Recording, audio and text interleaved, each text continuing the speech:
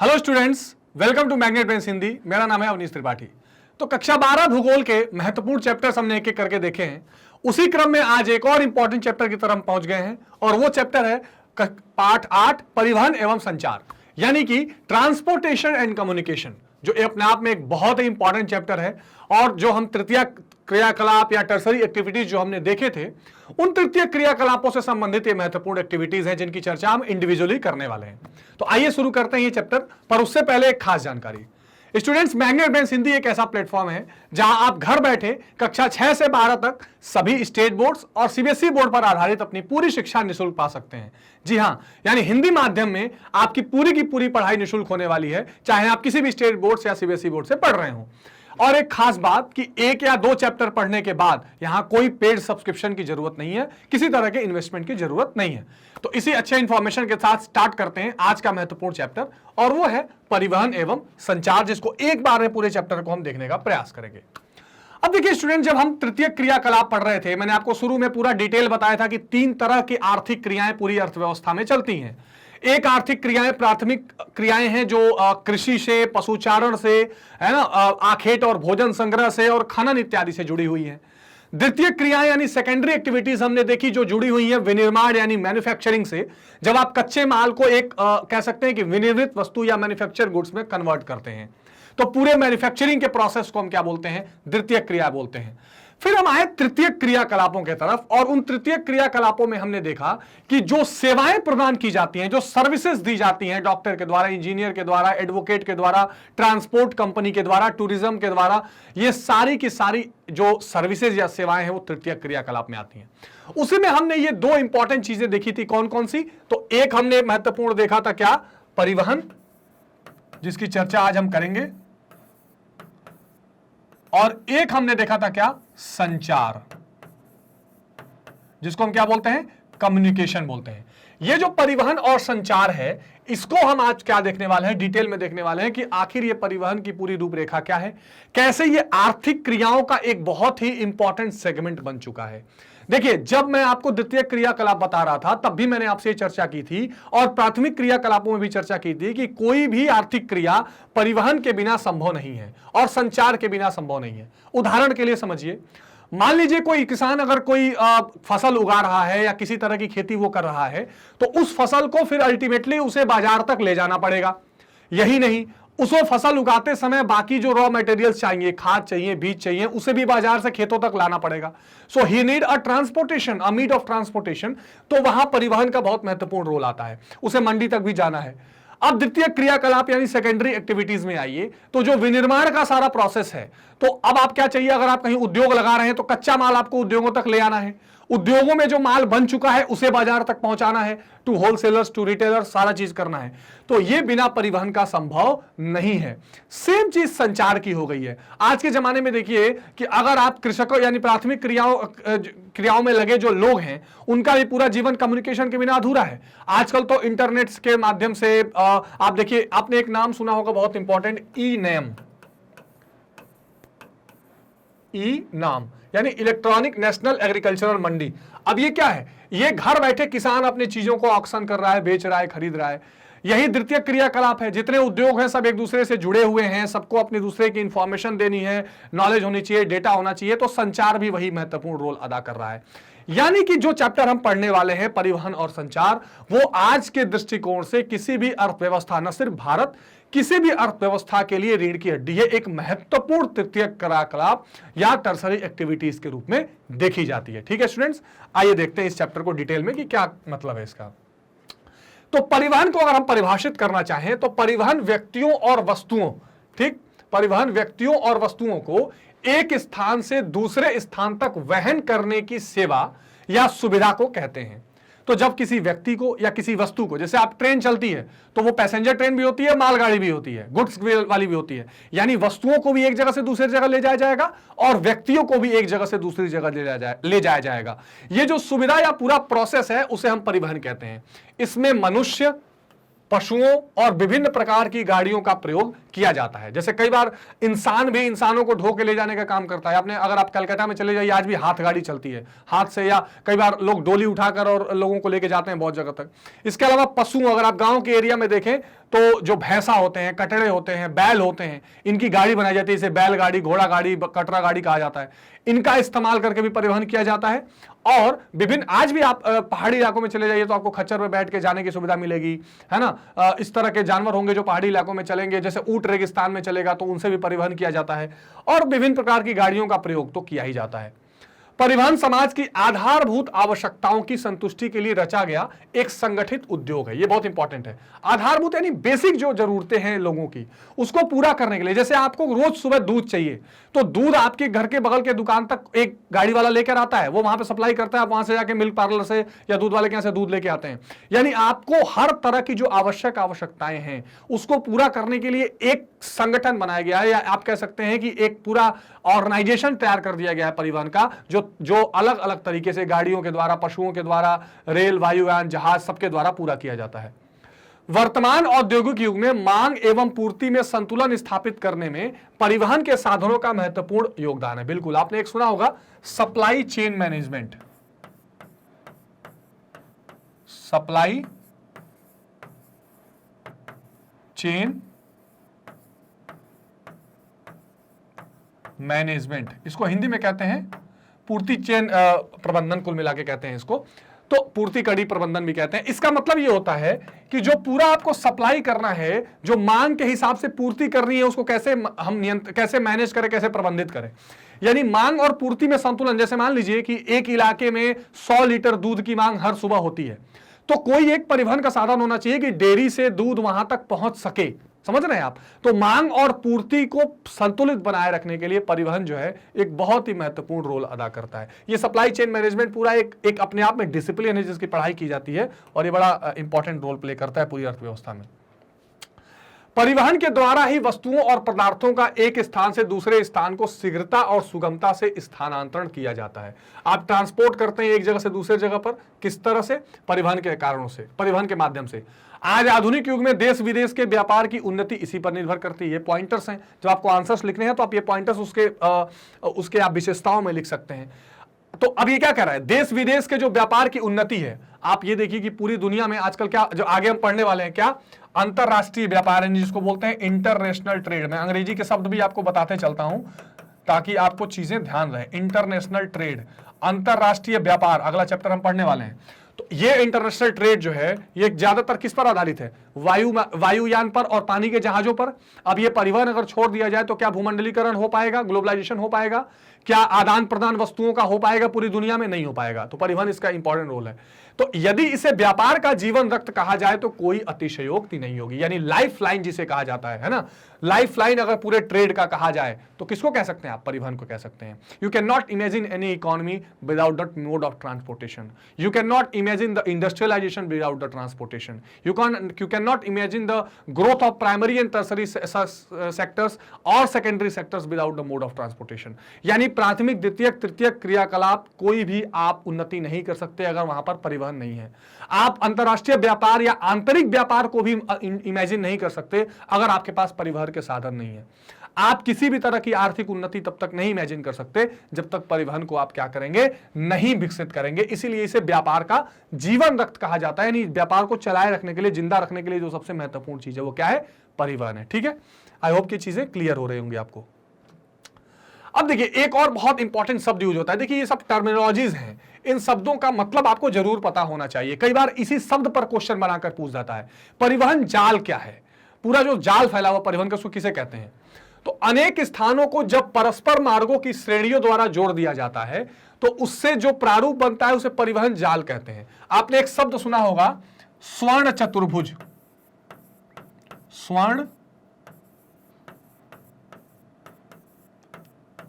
चतुर्भुज, अंग्रेजी में इसे कहते हैं गोल्डन क्वाड्रिलेटरल। ठीक है, आपने ये शब्द सुना होगा। इसका मतलब क्या है?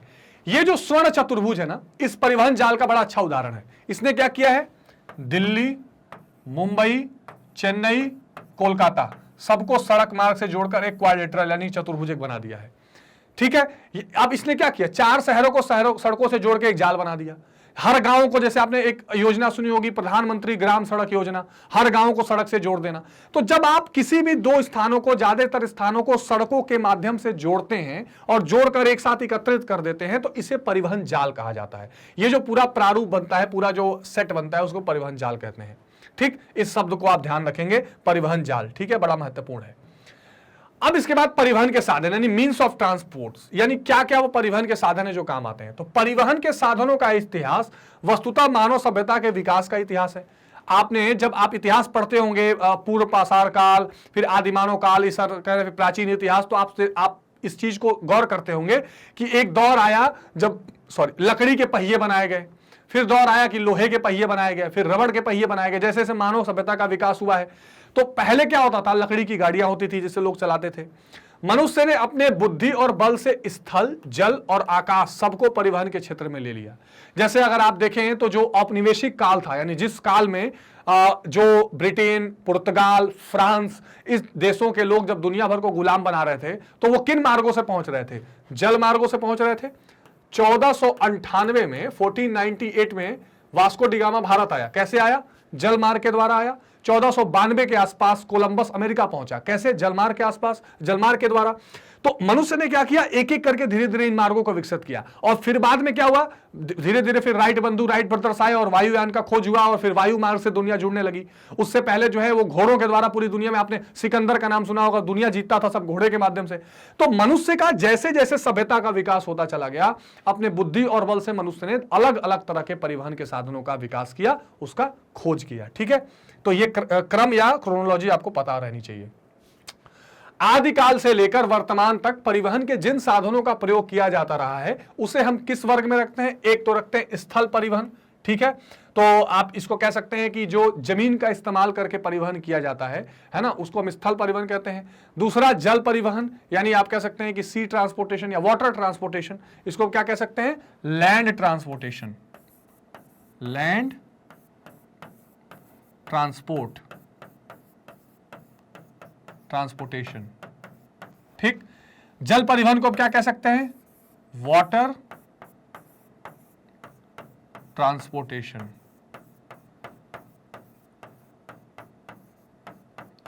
Water transportation.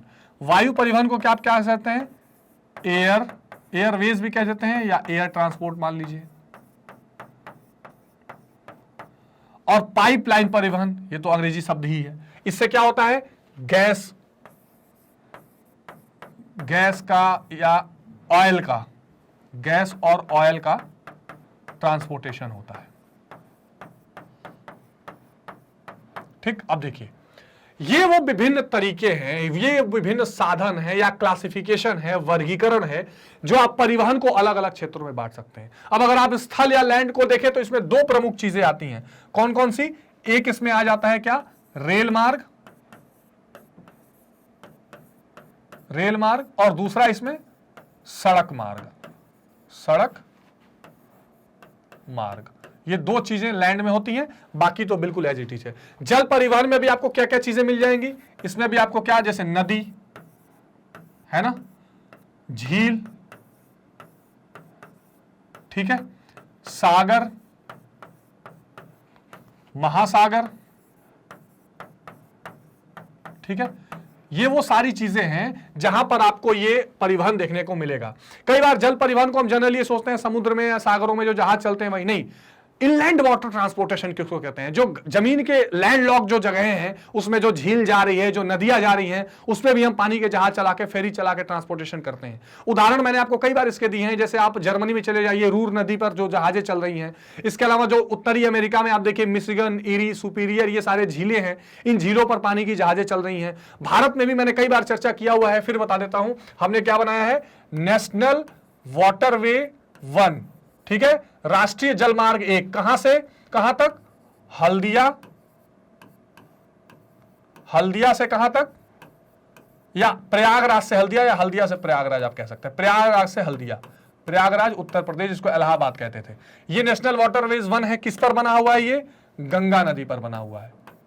ठीक है, मैं आपको उदाहरण से समझाते हुए चल रहा हूं कि किस तरह से हमने क्या किया हुआ है। हमने कोशिश ये की है कि परिवहन के विभिन्न मार्ग अपनाए जाएं। तो जल परिवहन में ये सारी चीजें आ जाएंगी।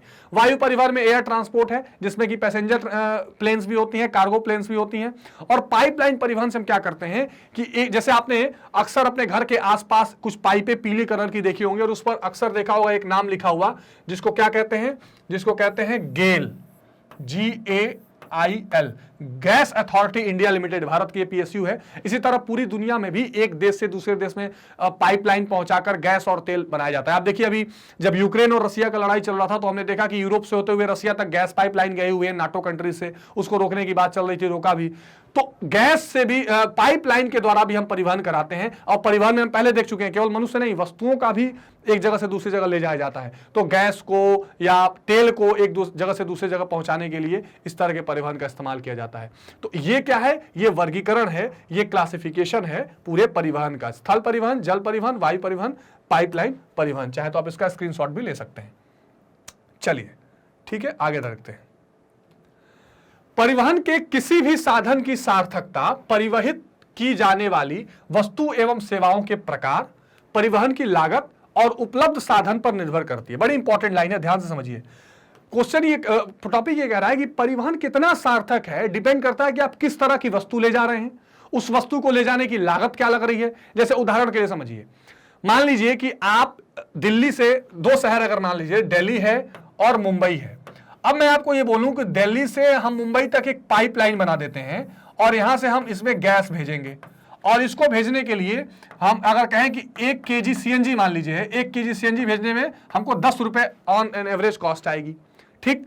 और मैंने बोला कि नहीं, हम इसको ना यहां से प्लेन से भेजते हैं, और पता लगा प्लेन से भेजने लगे तो 50 रुपए किलो का कॉस्ट आने लगा। तो यहां पर इस ट्रांसपोर्ट की कोई सार्थकता नहीं है, इस ट्रांसपोर्ट की कोई वैल्यू नहीं रहेगी। तो ट्रांसपोर्ट की वैल्यू कब रहेगी, किस तरह की चीज जा रही है। अब जैसे मान लीजिए कि आप ट्रेन से कोई चीज, प्लेन से कोई चीज भेज रहे हैं और आपने बोला छोड़ो यार, प्लेन से तो बहुत महंगा लगेगा, ट्रक से भेज देते हैं, बड़ा सस्ता पड़ेगा। भेजना क्या था, दूध, पनीर। अब पता लगा कि प्लेन से तुरंत 1 घंटे में पहुंच जाता ताजा ताजा, ट्रक से पहुंचा तो दूध फट के पनीर बन गया पहले ही। तो इससे क्या हुआ, जो पेरिसेबल गुड्स है, खराब होने वाली वस्तुएं हैं, उसको सस्ता भेज के भी आप कोई सार्थकता नहीं निकल पाए। इट मीन्स दैट अच्छा, आज के जमाने में हम कहते हैं ना, टाइम इज मनी। भाई कोई व्यक्ति ट्रेन छोड़कर, बस छोड़कर एरोप्लेन में क्यों जा रहा है, because he need to save the time. अब अगर समय ही नहीं बचेगा, आप जिस समय में चीजें पहुंचने चाहिए नहीं पहुंचेंगी, तो उस परिवहन का क्या फायदा। इसलिए परिवहन की जो सार्थकता है वो इस बात पे डिपेंड करता है कि परिवहित जो सामान की जा रही है वो चीज किस तरह की है और लागत कितनी लग रही है। जैसे सड़क परिवहन द्वारा कम दूरी और एक स्थान से दूसरे स्थान को सामान भेजा जा सकता है, यह तीव्रगामी और सस्ता साधन है, जबकि लंबी दूरी का सामान रेल द्वारा भेजा जा सकता है। बिल्कुल ठीक बात। अगर मान लीजिए किसी 2 बड़े शहरों तक सामान भेजना है तो आप रेल से भेजिए। अब 25 किलोमीटर का सामान है, उसके लिए आप ट्रेन बुक करने लगिए तो कोई फायदा नहीं है ना। तो डिपेंड करता है कि कितनी दूरी में भेजना है, किस तरह की चीजें हैं। अंतरराष्ट्रीय संचलन निपटान मालवाही जलयानों द्वारा किया जाता है। मान लीजिए इंटरनेशनल अगर कोई सामान भेजना है तो उसको हम किससे भेजते हैं, जो समुद्री रास्ते के जलयान हैं, यानी कि जो सी है, जो शिप है, उनके द्वारा। उच्च मूल्य की हल्की और नाशवान वस्तुएं वायु मार्ग द्वारा भेजी जाती हैं। अब मान लीजिए कि जैसे गोल्ड के बिस्किट्स भेजने हैं, हल्के हैं और बहुत महंगे हैं, बहुत सिक्योरिटी में जाने चाहिए, तो उसको वायु से भेज देंगे। आज के युग में यह समस्त साधन एक दूसरे के पूरक है। पूरक यानी कॉम्प्लीमेंट्री, ये जानना बड़ा जरूरी है। कॉम्प्लीमेंट्री क्या होता है, पूरक वस्तु क्या होती है, जो एक दूसरे के साथ में इस्तेमाल होती है। तो ये सारे परिवहन के साधन एक दूसरे के कॉम्प्लीमेंट्री या पूरक भी हैं। जैसे मान लीजिए कि अगर पानी का जो, जैसे मान लीजिए ट्रक है, तो ट्रक पहुंचा किसी बंदरगाह पर, ठीक है, डॉकयार्ड पर, और बंदरगाह पहुंचा, वहां पोर्ट पर पहुंचा, तो वहां से इंग्लैंड माल भेजना है। तो अब उस पानी का जहाज का वैल्यू तभी माना जाएगा ना जब वो ट्रक वाला कहीं से माल लाके वहां लोड कर दे।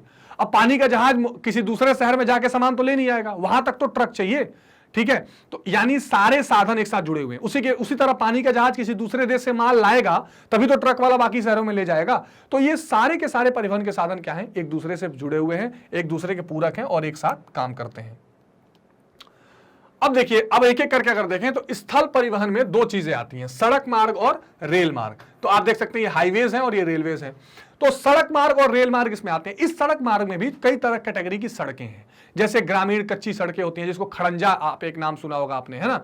एक होती है सर्विस लेन, छोटी छोटी लेन्स होती हैं। हाईवे होती हैं जो उच्च स्तर की लंबे दूरी तय करने वाली सड़कें होती हैं, है ना। एक होती है गांव को सड़कों से जोड़ने वाली लिंक रोड्स होती हैं। कई सारे एग्जांपल्स आप लिख सकते हैं, परीक्षाओं में काम आएगा। जैसे एक शब्द है खड़ंजा, ठीक, एक शब्द है लिंक रोड, ठीक है, लिंक रोड जो गांव को शहरों से जोड़ता है। एक कहते हैं राजपथ या राजकीय पथ, ठीक। एक कहते हैं क्या, हाईवे।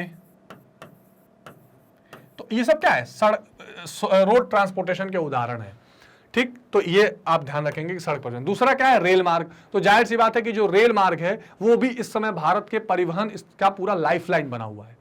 इससे न सिर्फ वस्तुएं, लोग, ये सारी चीजें, न सिर्फ लोग बल्कि वस्तुओं का भी हम क्या करते हैं, परिवहन करते हैं, एक शहर से दूसरी जगह, एक बाजार से दूसरे बाजार, जो उद्योगीकरण के माध्यम से ही बना है।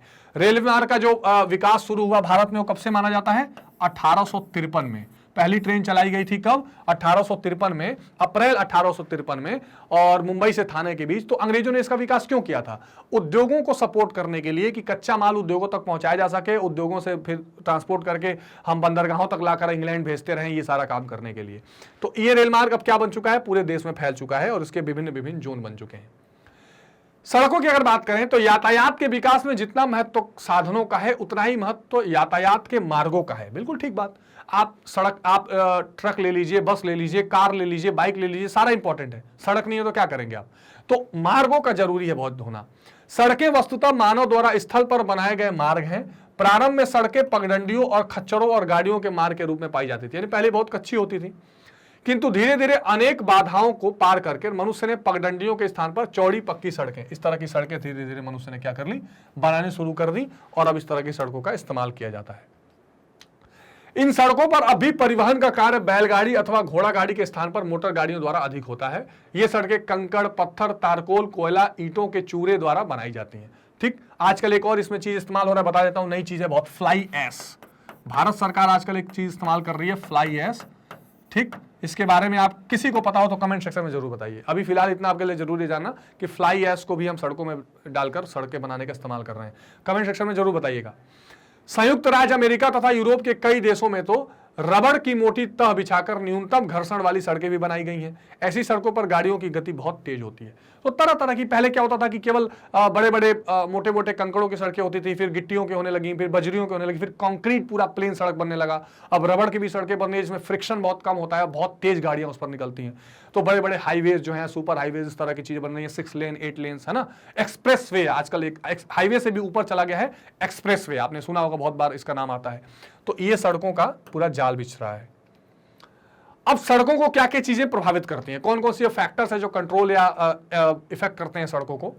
सड़कों के निर्माण के लिए समानता न्यूनतम बाधा का मार्ग ग्रहण किया जाता है। इस दृष्टि से समतल मैदानी भाग और समतल पठारी भाग सड़कों के निर्माण के लिए अधिक उपयुक्त होते हैं। ये तो बहुत नॉर्मल सी बात है। जितना फ्लैट एरिया रहेगा, जितना मैदानी एरिया रहेगा, उतना सड़कों को बनाना आसान रहेगा। जितना हिल एरिया रहेगा, इसलिए देखिए बॉर्डर एरियाज जो है इतने अनइवन है कि उसके लिए एक अलग ऑर्गेनाइजेशन बनाया गया है, BRO, यानी कि बॉर्डर रोड ऑर्गेनाइजेशन, है ना। इस तरह के, मतलब जो भारत सरकार में सड़कें बनाने वाले हैं उनका तो अलग ही, ट्रांसपोर्ट मिनिस्ट्री अलग है ना, हाईवे जिसको सड़क एवं परिवहन मंत्रालय जिसको बोलते हैं। इसके अलावा राज्यों में भी एक PWD मंत्रालय होता है, पब्लिक वर्क्स डिपार्टमेंट मंत्रालय, है ना। तो ये राजपथ मंत्रालय भी होता है इसके। तो ये क्या है, जितने मैदानी और समतल, यानी जितने प्लेन एरियाज रहेंगे वहां सड़कें बनानी आसान है, बाकी जगह पर नहीं। और जहाँ प्लेन पठार और प्लेटीज होंगे, ऊंचे नीची पहाड़ी भाग तथा पठारी भाग सड़क निर्माण में बड़ी बाधाएं उपस्थित करते हैं। यही कारण है कि साधारणतः पहाड़ी भागों में सड़कें कम पाई जाती हैं, जाहिर सी बात है। लेकिन अब तरह तरह के टनल्स का निर्माण किया जा रहा है, सुरंगें बना के सड़कों को जोड़ने का काम किया जा रहा है। तो सड़कों को प्रभावित करने वाले ये चीजें हैं कि वहां का टेरेन, यानी कि वहां की जमीनें कैसी हैं, जितनी समतल होंगी उतना आसान होगा। सड़कों का घना जाल घने आबाद समतल मैदानों में अधिक मिलता है। सड़कों के निर्माण पर जलवायु का भी प्रभाव पड़ता है। अति उष्ण और आर्द्र भागों में भारी वर्षा से सड़कें नष्ट हो जाती हैं, ये बिल्कुल ठीक बात है। ज्यादा जहां बारिश होती है ना वहां पर, या ज्यादा बहुत जो गर्म वाले इलाके भी होते हैं वहां पर सड़कें टूट जल्दी जाती हैं, वहां दिक्कतें रहती है सड़कों की। या वहां जनसंख्या भी अगर ज्यादा होगी, लोड ज्यादा है, ठंडे और गर्म रेगिस्तानों में भी सड़कें बनाना कठिन होता है। फिर सड़कों के विकास पर आर्थिक विकास, व्यापार की गति, जनसंख्या की सघनता, सुरक्षा एवं प्रशासन की सुविधा बातों का भी पर्याप्त प्रभाव पड़ता है। एकदम ठीक बात। सड़कों के विकास पर आर्थिक विकास, इकोनॉमिक डेवलपमेंट अगर अच्छा होगा, मान लीजिए सरकार के पास अच्छा रेवेन्यू ही नहीं है, इनकम ही नहीं है, तो सड़क कैसे बनाएगी? तो आर्थिक विकास का भी सड़कों पर प्रभाव पड़ता है। व्यापार की गति, मान लीजिए किसी इलाके में व्यापार है ही नहीं, ट्रांसपोर्ट, कोई ट्रेड ही नहीं है, तो ट्रांसपोर्ट क्या होगा? जब ट्रांसपोर्ट नहीं होगा तो वहां सड़कें नहीं बनेंगी। मान लीजिए ट्रेड नहीं होगा तो सड़कें नहीं बनेंगी। जनसंख्या की सघनता, मैंने अभी आपको बताया, अगर बहुत ज्यादा डेंसली पॉपुलेटेड है, जैसे आप एग्जांपल देखिए, आप कुछ ऐसे शहर जैसे भोपाल जैसे शहर देख लीजिए जहां पर आपको ट्रैफिक रिलेटिवली बहुत कम मिलेगा। बैंगलोर, दिल्ली देख लीजिए, इतना डेंसिटी है पॉपुलेशन का कि वहां बहुत ज्यादा भीड़ रहती है, सड़कों पर लोड बहुत रहता है। सुरक्षा एवं प्रशासन की सुविधा, प्रशासन जैसे आपने देखा होगा कई बार जो एक्सप्रेसवे होते हैं, जो कनेक्टिंग रोड्स होते हैं, वहाँ पर पेट्रोलिंग होती है, वो उनको ध्यान रखते हैं सड़कों का। अगर ऐसा है तो ठीक है, नहीं तो फिर क्या होता है, वहाँ पर सड़कों पर इन चीज़ों का प्रभाव पड़ता है। जहाँ ये सुविधाएं ठीक होंगी वहाँ सड़कें अच्छी होंगी, वरना ठीक नहीं होंगी। हमारे देश में पिछले 2 दशकों में सीमावर्ती पर्वतीय क्षेत्र लद्दाख, हिमाचल प्रदेश, उत्तराखंड, अरुणाचल प्रदेश और नागालैंड में अधिकांश सड़कों का निर्माण सुरक्षा और प्रशासन की सुविधा की दृष्टि से ही किया गया है। ये भी बात सही है। अगर आप नॉर्थ ईस्ट के स्टेट्स देख लें या नॉर्थ ईस्ट के जो राज्य हैं और जो पहाड़ी इलाके हैं, वहां पर हम सुरक्षा के दृष्टि से ही ज्यादा वहां पर क्या करते हैं, सड़कों का निर्माण करते हैं, जो ये हमने लिखा हुआ है। क्योंकि वहां हमारा बॉर्डर एरिया है चीन के साथ, इधर कुछ पाकिस्तान के साथ है, तो हम अपने बॉर्डर्स को सिक्योर करने के लिए वहां पर सड़कें बनाते हैं कि हमारी आर्मी वहां जा सके और हमारे जवान वहां पर तैनात रह सके। मैंने आपको एग्जांपल दिया था BRO, बॉर्डर रोड ऑर्गेनाइजेशन। तो ये इन चीजों का पूरा प्रभाव सड़कों के विकास और सड़कों के जाल को आगे बढ़ाने पर पड़ता है। ये ध्यान रखेंगे, बहुत महत्वपूर्ण चीजें हैं ये। अब देखिए, गंगा सतलज के मैदानी भाग में सड़कों की अधिकता जनसंख्या के कारण पाई जाती है। तो गंगा के मैदान जिसमें आपको पूरा बिहार, उत्तर प्रदेश, झारखंड, इसके अलावा बंगाल तक पूरा आप इलाका देख सकते हैं, उत्तराखंड, तो यहाँ पर सड़कें हैं। सतलज में ऊपर फिर पंजाब से और ऊपर के सारे इलाके आप देख सकते हैं। सड़क निर्माण की सुविधाओं के कारण दक्षिण के पठार पर भी सड़कों का अधिक विकास हुआ है। विदेशों में सड़कों की गुणवत्ता विकासशील देशों की अपेक्षा विकसित देशों में कम है। विकसित देशों में अच्छी गुणवत्ता वाली सड़कें मिलती हैं, यानी क्वालिटी जो है सड़कों की वो कहाँ अच्छी मिलती हैं? डेवलप्ड नेशंस में, डेवलप्ड कंट्रीज में ज्यादा मिलती हैं, जो अंतरराज्यीय मार्गों द्वारा लंबी दूरी को जोड़ती हैं। तो ये भी आपको ध्यान रखना है कि जितनी अंडर डेवलप्ड या डेवलपिंग कंट्रीज हैं, उनके यहाँ सड़कों की क्वालिटी उस स्तर की नहीं है जो डेवलप्ड या विकसित देशों में है। ये आप जब तुलनात्मक अध्ययन पर कोई आंसर लिखें तो आप ये पॉइंट उसमें ऐड कर सकते हैं। अब बड़ा इंपॉर्टेंट पॉइंट आया कि सड़कों का महत्व क्या है। इस चैप्टर से क्वेश्चन आ सकता है कि भाई सड़कों का महत्व क्या है परिवहन में, तो आप क्या क्या बता सकते हैं?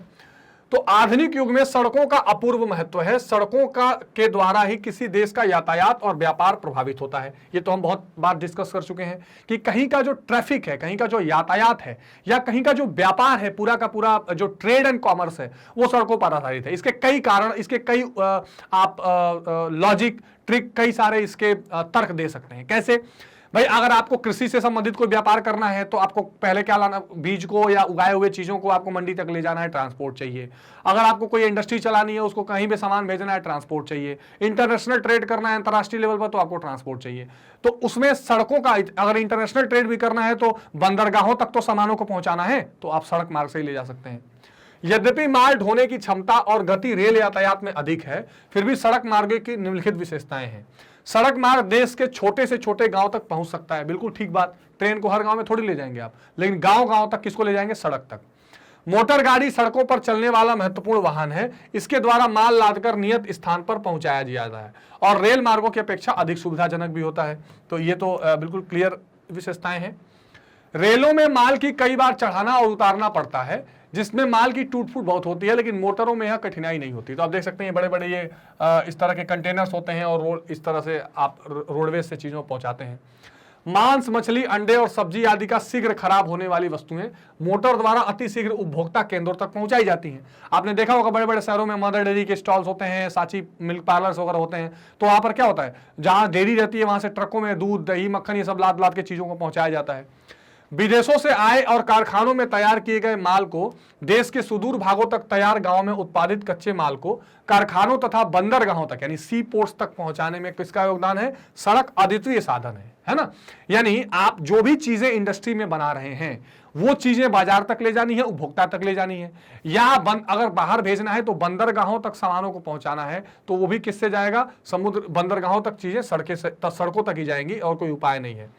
मोटरों के द्वारा दरवाजे पर भी माल पहुंचाया जा सकता है, जो रेलों के द्वारा कदापि संभव नहीं है। यह महत्वपूर्ण बात है जिसको हमेशा आपको ध्यान रखना है।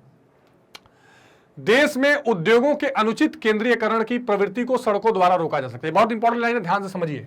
केंद्रीयकरण कहते हैं किसको, सेंट्रलाइजेशन को, सेंट्रलाइजेशन को। ठीक, इसका मतलब यह हो गया कि ऐसा देखा जा रहा है कि पूरे भारत में या देश में कोई एक ही इलाके हैं जहां पर सारी इंडस्ट्रीज हैं, बाकी कई इंडस्ट्रीज हो ही नहीं पा रही हैं। क्यों? क्योंकि परिवहन नहीं है, ट्रांसपोर्ट नहीं है, सड़कें नहीं है, या अगर इंडस्ट्रीज है भी तो उनका सामान हर जगह नहीं पहुंच पा रहा है। ये जो सेंट्रलाइजेशन है, इसको डिसेंट्रलाइज करना है, या हम कह सकते हैं विकेंद्रित करना है, तो सड़कों से किया जा सकता है ताकि हर जगह तक सामान पहुंचे। बाढ़ और अकाल जैसी दैवीय विपत्तियों में सड़क यातायात का महत्वपूर्ण योगदान होता है। ठीक है, आप देखते हैं जो भी हजार्ड्स या डिजास्टर्स आते हैं वहां पर सड़कों द्वारा चीजें पहुंचती हैं। कम दूरी के लिए सड़क यातायात कम खर्चीला है, ठीक बात है। कृषि और लघु उद्योगों के विकास में सड़कों का विशेष महत्व है। कृषि के लिए मैंने आपको बताया भाई, जो भी कंबाइंड मशीन, ट्रैक्टर है, ये सारी सड़कों से वहां पहुंचेंगी। इसके अलावा खाद बीज सड़कों से वहां पहुंचेगा। जो चीजें तैयार हुई हैं वो कहां जाएंगी, मंडियों में लाद के सड़कों द्वारा ही जाएंगी। देश में राष्ट्रीय एकता, राष्ट्र की सुरक्षा, देश के प्रशासन और सामाजिक और राजनीतिक चेतना को जागृत करने में सड़क परिवहन का विशेष महत्व है। कोई दो राय नहीं। आप देखिए, पैदल मार्च होता है कई बार राजनीतिक चेतना के लिए, सड़क पे होता है ना। इसके अलावा आप कह सकते हैं कि जो राष्ट्र की सुरक्षा है, बॉर्डर एरिया में जो रोड्स हैं जहां पर सेना ठीक से तैनात हो सकती है, सड़कों के माध्यम से पूरे देश को एक साथ जोड़ने का काम भी सड़कें करती हैं। सड़कों का जाल, जो भी हमने परिवहन का जाल पढ़ा था, ये सब इसका उदाहरण है। जैसे हमने एक उदाहरण आपको भी गोल्डन क्वाड्रिलेटरल यानी स्वर्ण चतुर्भुज का बताया कि देश के बड़े बड़े देशों राज्यों को एक साथ इससे जोड़ा जा सकता है। ठीक है, 4 धाम कॉरिडोर आपने सुना होगा, चारों धाम को एक साथ जोड़ा जा सकता है। तो इससे क्या होगा, राष्ट्रीय एकता, नेशनल इंटीग्रिटी को भी बल मिलता है, बहुत सहायता प्रदान होती है। ठीक है जी, अब आते हैं बहुत important point, distribution of roads, यानी सड़कों का वितरण कैसा है। तो यूं तो अब सड़कें संसार के सभी देशों में पाई जाती हैं, किंतु इनका विकास सभी देशों में एक समान नहीं मिलता। विश्व में कुल लगभग 150 लाख किलोमीटर लंबी सड़कें हैं, बढ़ भी रही हैं। सड़कों का अधिक विकास उन देशों में हुआ है जो आर्थिक दृष्टि से अधिक विकसित है। ठीक बात। तो अगर आप डिस्ट्रीब्यूशन ऑफ रोड्स की बात करें, if you talk about the distribution of roads, so it is uneven, it is more developed, more you can say the concentrated in the developed countries. जितने विकसित देश हैं वहां पर सड़कों की गुणवत्ता, सड़कों का जाल दोनों ज्यादा है। जो अल्प विकसित देश हैं या कम विकसित देश हैं, वहां पर सड़कों की स्थिति उतनी बेहतर नहीं देखी जाती है। इसके अतिरिक्त यहां जनसंख्या का घनत्व तो भी अधिक है। विश्व में सड़कों का विस्तार मुख्यतः अमेरिका, रूस, कनाडा, उत्तर पश्चिमी यूरोप में आप इंग्लैंड, जर्मनी जैसे जो देश हैं, जापान, न्यूजीलैंड, दक्षिण अफ्रीका, अर्जेंटीना और भारत में अधिक हुआ है। फिर भी इनमें प्रादेशिक, राष्ट्रीय, अंतर्राष्ट्रीय और महाद्वीपीय स्तर पर असमानता मिलती है। अगर आप इन सभी देशों को भी देखें तो उनमें अलग अलग स्टेट्स में या इन देशों का जो कॉन्टिनेंट है उस हिसाब से अगर आप तुलना करें तो इसमें भी कहीं सड़कें ज्यादा हैं, कहीं सड़कें कम हैं, कहीं बेहतर क्वालिटी की हैं, कहीं क्वालिटी अच्छी नहीं है। तो जब आप सड़कों के वितरण की बात करेंगे, डिस्ट्रीब्यूशन की बात करेंगे, तो इसमें बिल्कुल आपको एक रूपता या समानता दिखाई नहीं देगी। इसमें बहुत ज्यादा भिन्नता आपको देखने के लिए मिलती रहेगी। ठीक है जी, चलिए, यातायात प्रवाह, ठीक है, जिसको कहते हैं क्या, ट्रांसपोर्टेशन फ्लो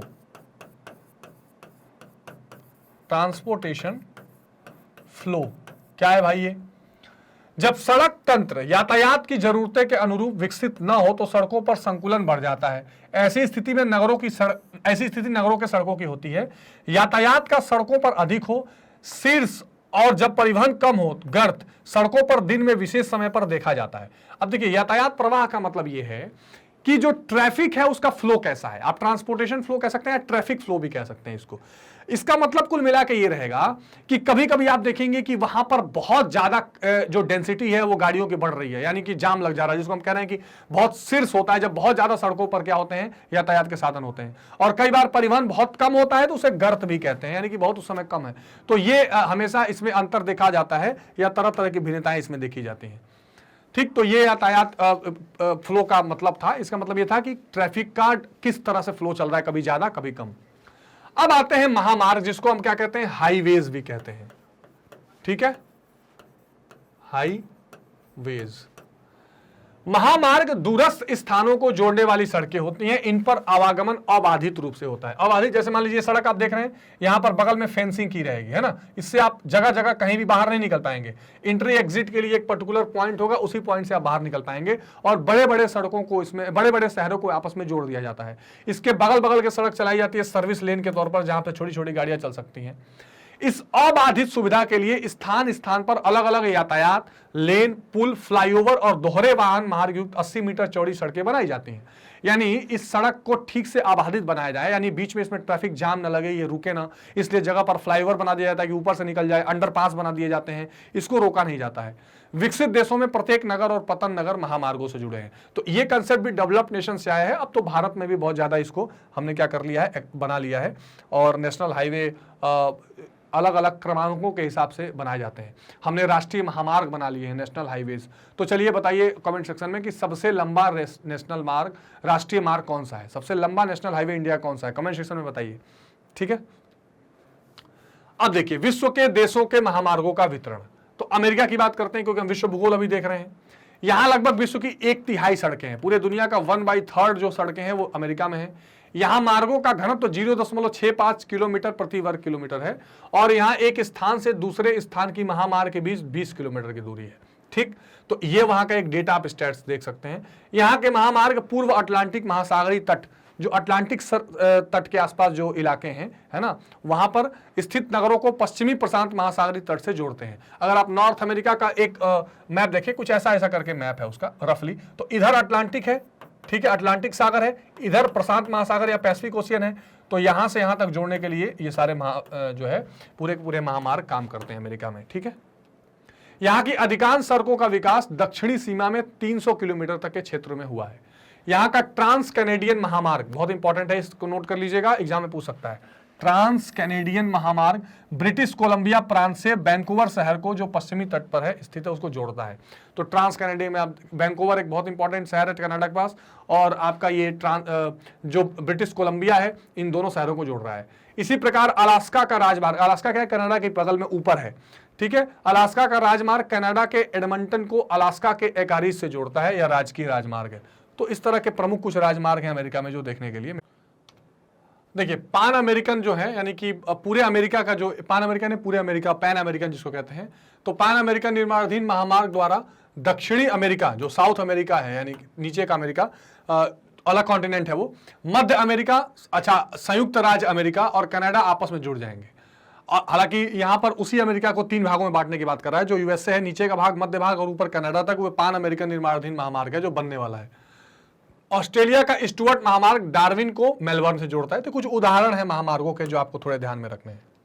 यूरोप की अगर बात करें तो यहां महामार्गों का विकास उत्तरी पश्चिमी यूरोप में हुआ है, क्योंकि यह क्षेत्र औद्योगिक रूप से विकसित होने के कारण फ्रांस, जर्मनी, इंग्लैंड ये सारे आएंगे। घनी जनसंख्या वाला भी है। यहां क्षेत्रफल की दृष्टि से ब्रिटेन, फ्रांस, पश्चिमी जर्मनी में सड़कों का पर्याप्त विकास हुआ है। ठीक है, ये वो देश हैं यूरोप में जहां पर ठीक ठाक सड़कों का विकास देखने के लिए मिलता है। रूस के देखिए, तो रूस में भी सड़कों का समुचित विकास हुआ है। यहाँ यूरोपीय रूस और यूराल के पश्चिमी और अच्छे राष्ट्रीय राजमार्ग विकसित हुए हैं, जिसकी धुरी मास्को है। मास्को रूस की राजधानी है। यहाँ मास्को व्लादिवोस्टोक महामार्ग पूर्व में स्थित प्रदेश की सेवा करता है। तो ये उदाहरण है दुनिया भर के, आप इसको देखते हुए चलिए। कभी कभी कॉम्पिटिटिव एग्जामिनेशंस में भी इन महामार्गों को देखकर पूछ देता है कि किन देशों या प्रदेशों के हैं। चाइना की अगर बात करें तो यहाँ महामार्ग नगरों को जोड़ते हैं। यहाँ उत्तर में शाशो वियतनाम सीमा के पास है। संघाई तो बहुत बड़ा शहर है वहाँ का। मध्य भाग ग्वाकचाओ दक्षिण भाग मुख्य स्थान है जो महामार्गों से जुड़े हैं। चीन का एक नया मार्ग चेंगडू लासा से जोड़ता है जो तिब्बत में है। तो तिब्बत आपको पता है जो भारत के पास तक है वो सब चीन के कब्जे में है, चीन का ही है। तो ये सारी चीजें वहां पर आपको देखने के लिए मिलेंगी। भारत की अगर बात करें तो यहाँ अनेक महामार्ग हैं जो प्रमुख शहरों और नगरों को जोड़ते हैं। भारत का प्रमुख और सबसे बड़ा राष्ट्रीय राजमार्ग नंबर 44 है जो श्रीनगर को कन्याकुमारी से जोड़ता है। अभी मैं चर्चा कर रहा था। यह देश का सबसे लंबा राष्ट्रीय राजमार्ग 3745 किलोमीटर का है। निर्माणाधीन स्वर्णिम चतुर्भुज द्वारा अब ये कंप्लीट है लगभग। प्रमुख महानगर नई दिल्ली, मुंबई, बेंगलोर, चेन्नई, कोलकाता, हैदराबाद जुड़ रहे हैं और इसके अलावा कई तरह के राष्ट्रीय राजमार्ग बन रहे हैं जो अभी निर्माण में है। ठीक है, सीमावर्ती सड़कें, ठीक है, यानी इसको बोलते हैं border roads. Border line roads